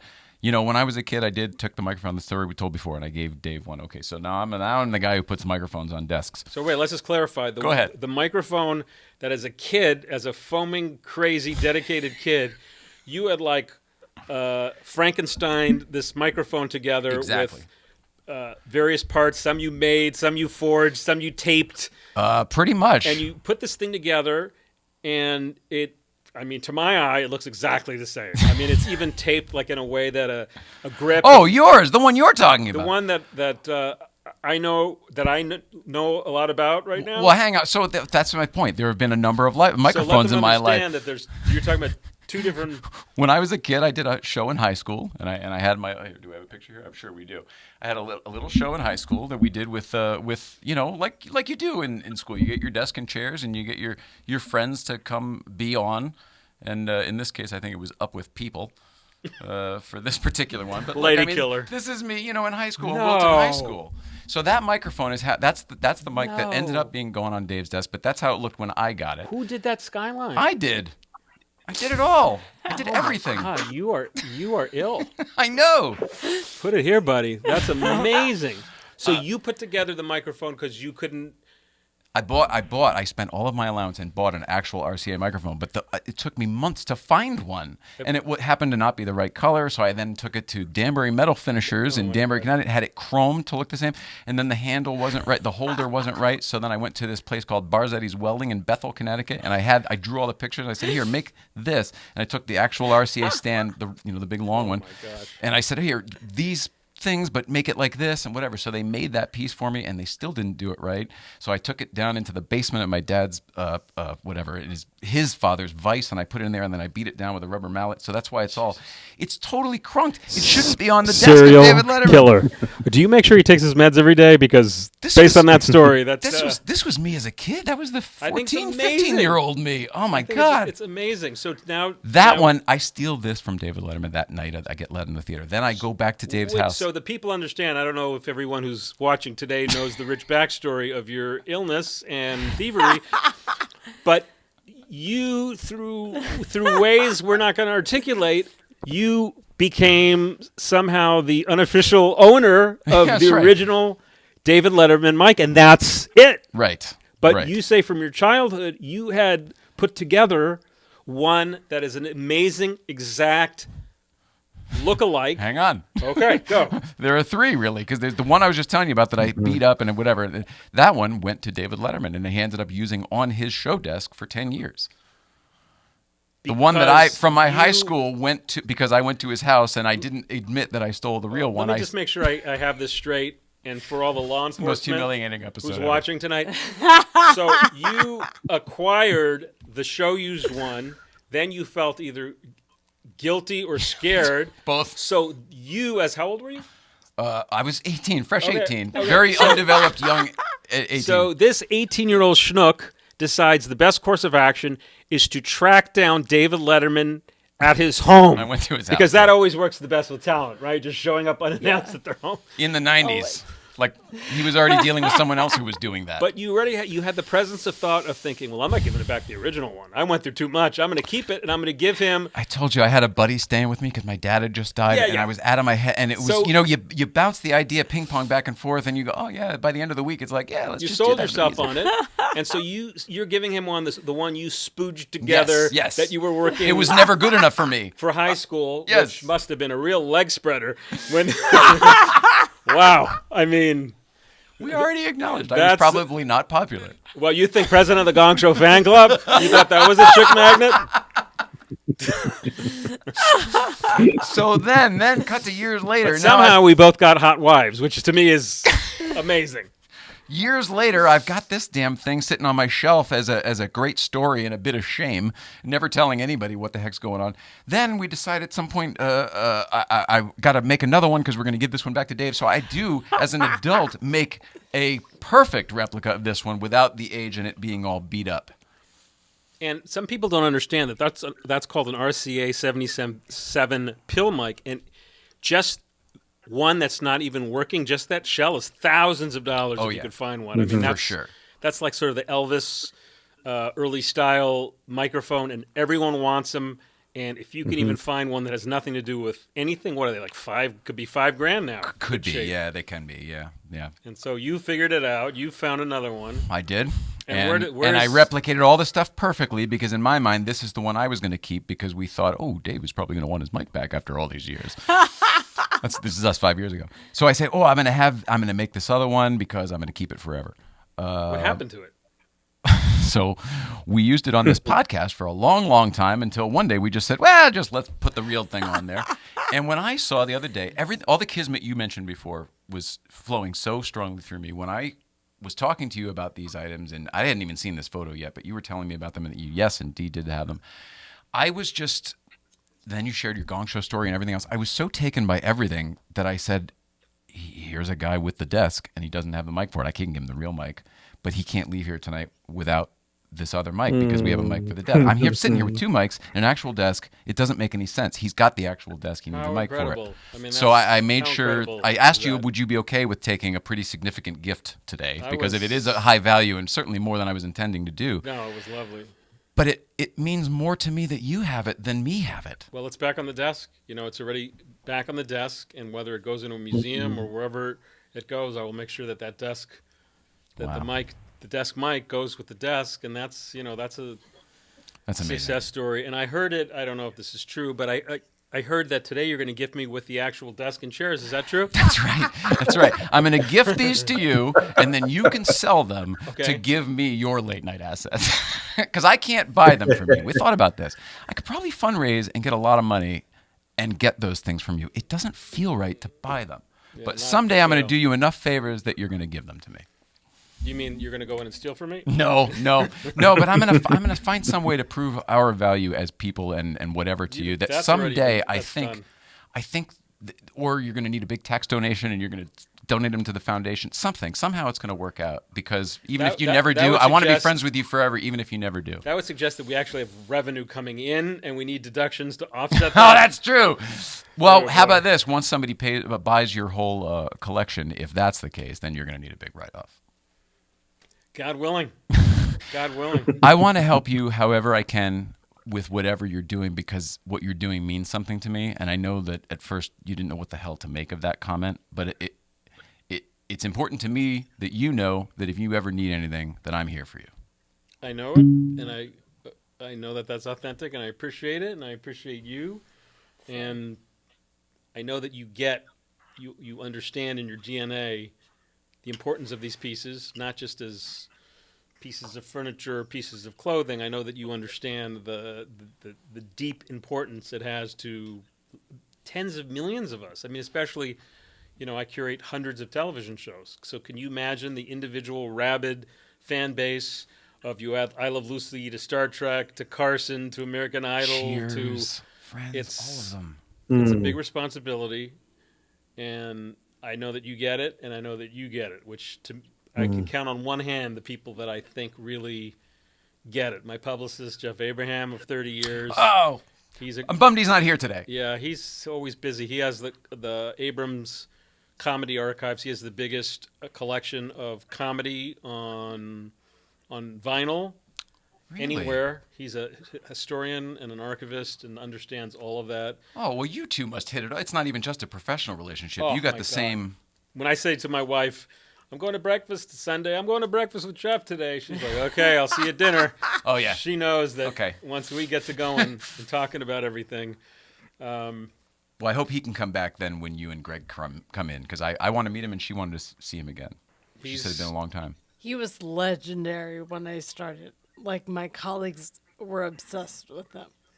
He's a great guy, and I always break his balls. He's represented everybody, but in my opinion, no one more important than Carrot Top.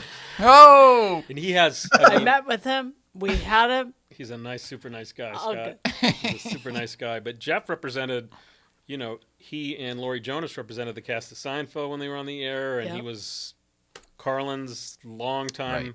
publicist, and Phil Maher, and Richard Lewis, and Dennis Miller. Had Carl Reiner. He's on the board of the National Comedy Center that just got started. Jamestown. So he's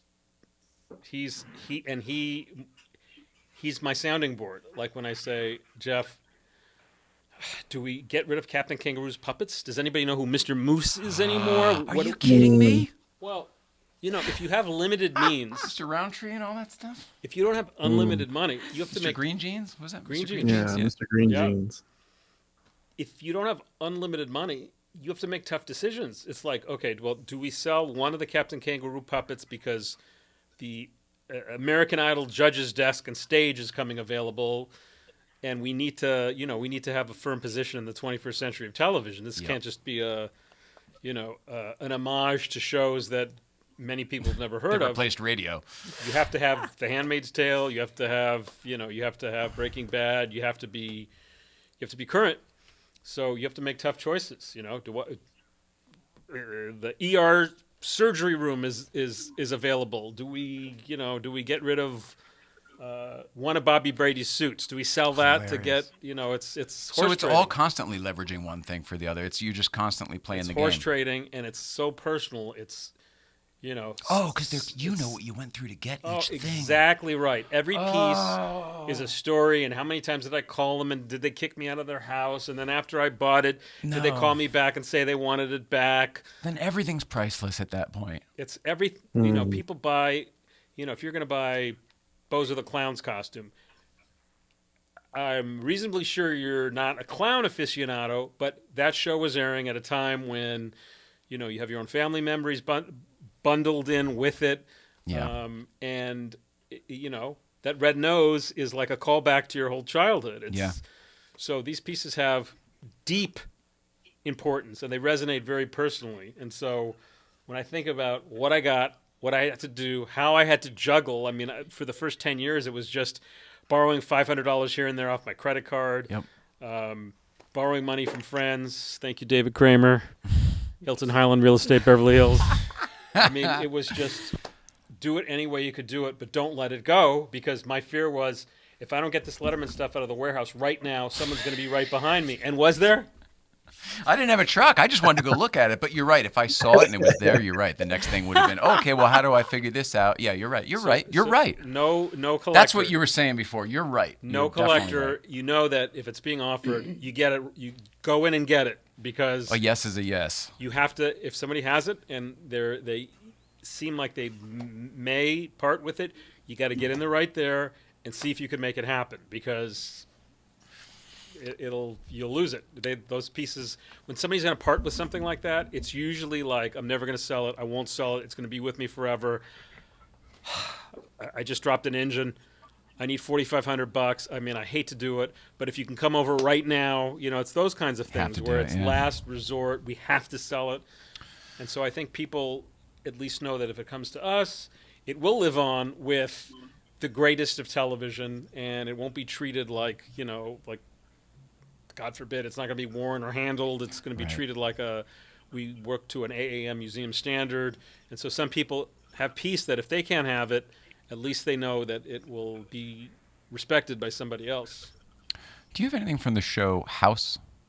You remember that show House? Do you wardrobe or anything? I have to tell you this story. Now, I don't want anything, but I have some stuff that I'd be happy to donate to the collection when it whatever. Go ahead. You tell me the story What first. is it, like urine samples? Stuff No, like wardrobe. That? I have some wardrobe stuff. No, I have a lot of hero wardrobe stuff that when they were putting the archive, I had some friends who worked on that show, when they were putting the archive, and we enjoyed watching the show. When they were putting the archive together for Universal or whoever, there was a lot of duplicate stuff.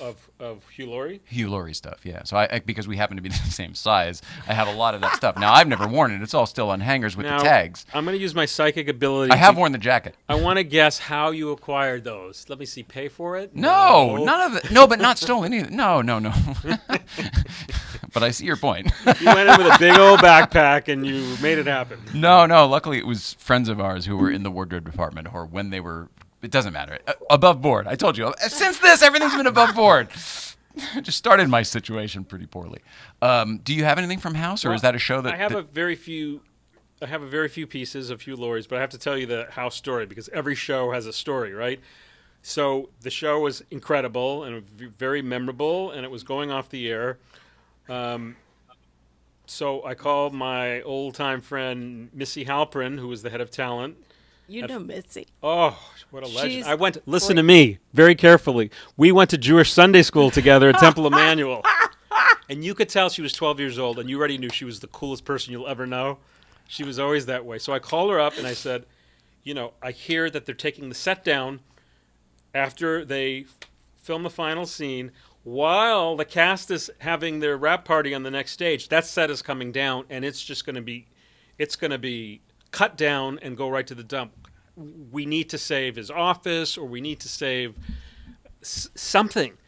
And she was a hero, and she tried everything she could, but it's really a battle. Depends on the studio, right? Well, the studios, they don't care about the stuff, but they care about, are you going to do anything with it that's going to embarrass me or get me into trouble? They don't care about the stuff. Or make money with it. They don't want you to make money with it, probably. They're worried about the liability, the intellectual rights. They're worried about. I had one studio executive from NBC. I won't tell you his name, but he was going to sell me something very meaningful.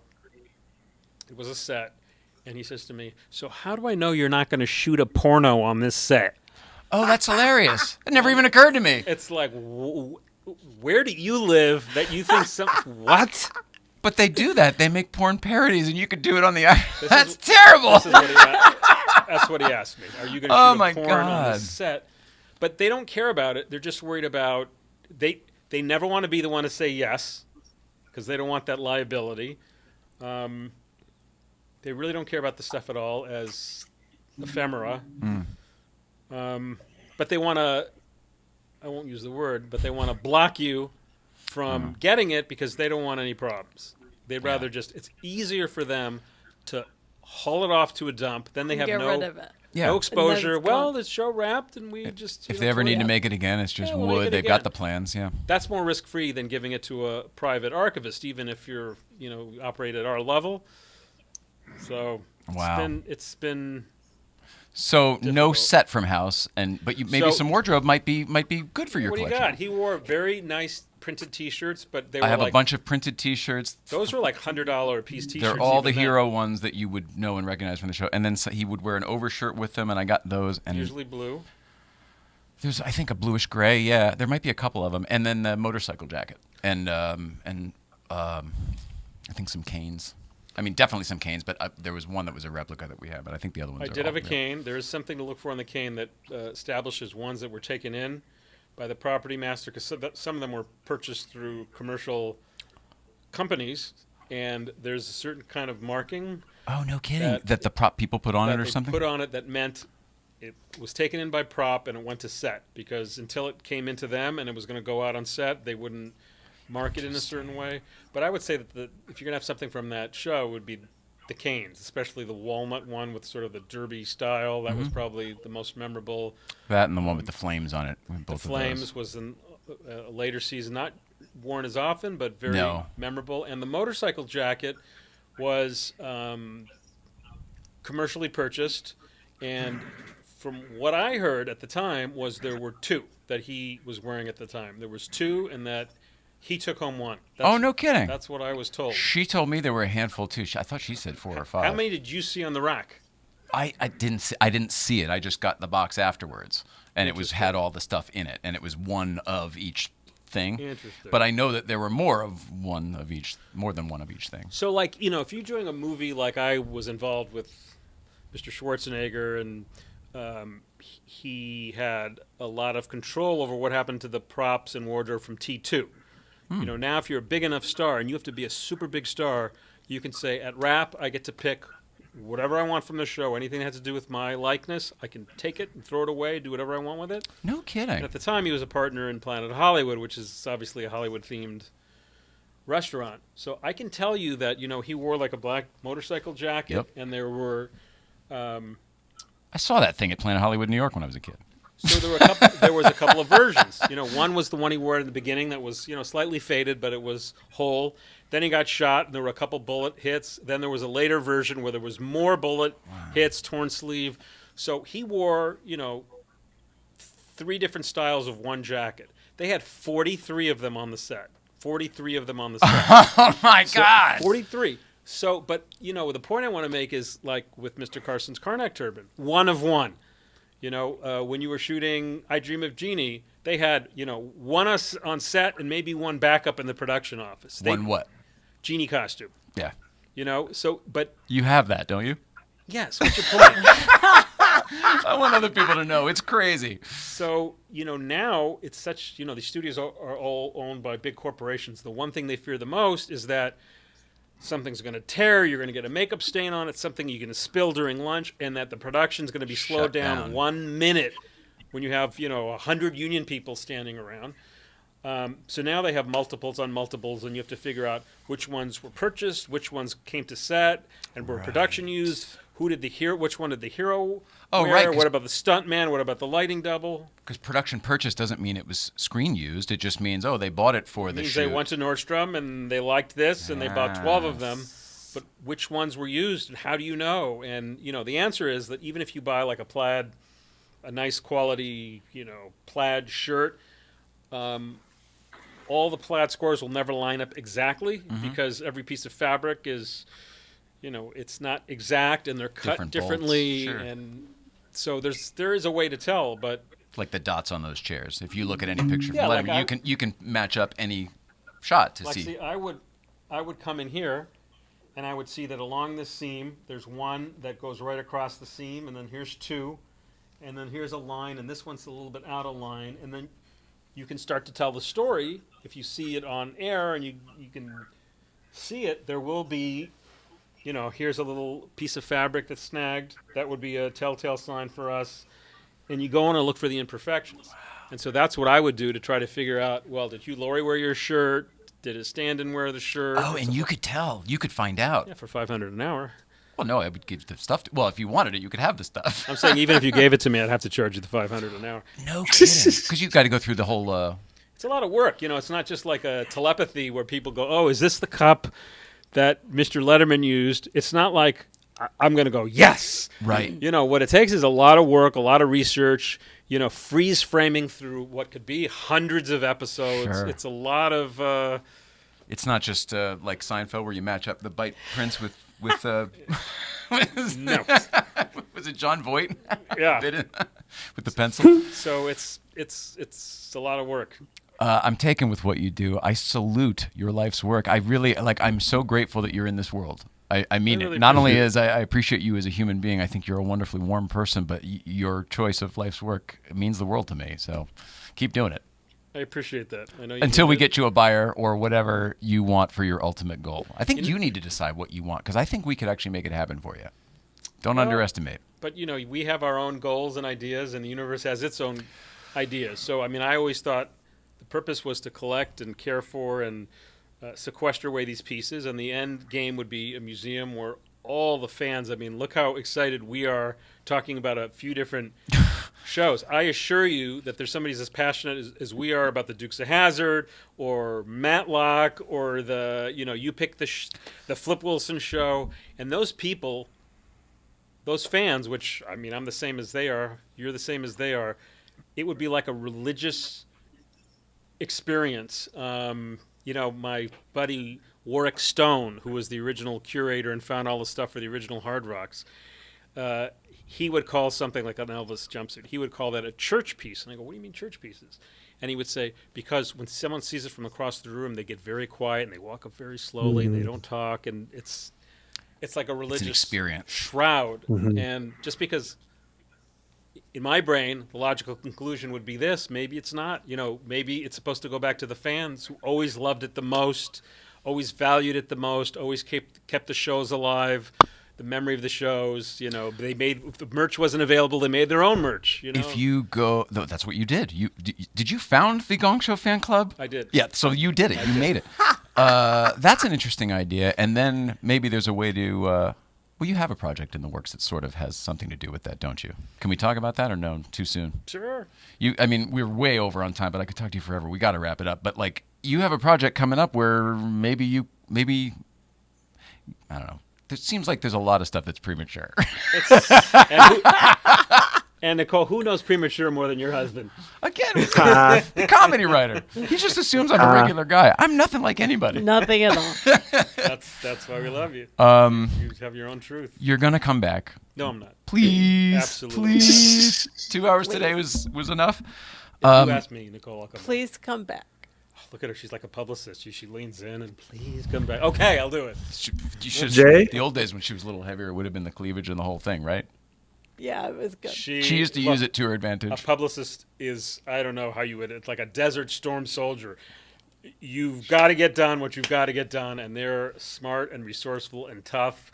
And do you remember that Seinfeld episode where Jerry was dating the girl that, for whatever reason, he would just never get in trouble with her? She could kind of just, officer, we weren't speeding and whatever, like the Jedi mind trick. We're not Star Wars people, but she was definitely one of those. Just whatever she said, just lock eyes over here and just, I don't think that's a problem anymore. And you know what? It just wasn't. guess what? She still has it over there. Agreed. I'm trying to look at you, which of course. All good. Yeah. You don't have to look at me. All right. I love you, pal. Thank you for back. being here. I can't wait to see you back with Greg Grunberg. How do people follow you? You're not really a public person. You're kind of private. If the people, my business is all by referral. So if you're not coming to me from somebody I know, it's not going to really happen. But I try, I'm on Facebook, and I try to answer 20 questions a day from people who just randomly write in. And whoa, because I'm just a fan like they are, no different. I do a lot of pro bono work and help auction companies make sure they get it right and stuff like that. But not public from the standpoint you're going to see me at Comic-Con. Go meet James Comisar of the Comisar Collection. It's because you know what? And you'll probably agree on your thing. It's not about me. It's not about you. We're the vessel with which these memories live on, and these great pioneers are still celebrated. It's nothing to do with me. I'm just the guy who rolled them into the warehouse, and I'm not trying to be modest. I had a part in it, but in the end, it's about the pieces and our shared history, and I know that you have your view is the same on that. Yeah. I can't wait to see what the next chapter is, and thank you for our gift. Grateful for our new desk piece here. It's very, very cool. All right, the fact that it's from Mad Men is awesome. It's awesome. Yeah, we're watching Mad Men again right now. Right now. Not right now. So that's like a show like Don Draper stuff. That's like going to be blue chip 20 years from now. Absolutely. Amazing. Breaking Bad, shows like that are like as historic and perfect and amazing as these earlier shows that we talk about. It's modern day Americana, right? We all have our shows. You have your growing up shows. I have my growing up shows. Right now, there's somebody, watching Fleabag or watching, The Judge or watching something. They're like, that was my show. And so you've got to try to save it all. Do we know where this was? You knew. Can you tell us where this was? Where would we know this from in Mad Men? It's definitely from this. You know what I'm going to do? I want to make your life as difficult as mine. Have me go find it? You figure it out. I'll do it. It's from the Sterling Cooper Agency. It's very expensive leather of the time. You'll see that it's in beautiful condition. Matt Weiner, who I worked with on some stuff, he's like, everything had to be perfect. It wasn't just, we'll get stuff that kind of looks of the period. Oh, no. There were, I'm a furniture guy, no reproductions on that show. Everything was authentic. And he had to, the condition had to be there. You had to show him and prove to them that would have been in an affluent office, and that they weren't interchangeable. Like the stuff that was in Draper's penthouse had to be, something that would live in a living space versus an ashtray that would be, a lot of thinking went into it, and he was the mastermind, and that's an example of beautiful condition. I'm sure in the 50s, early 60s, that was probably $150. It's a beautiful piece of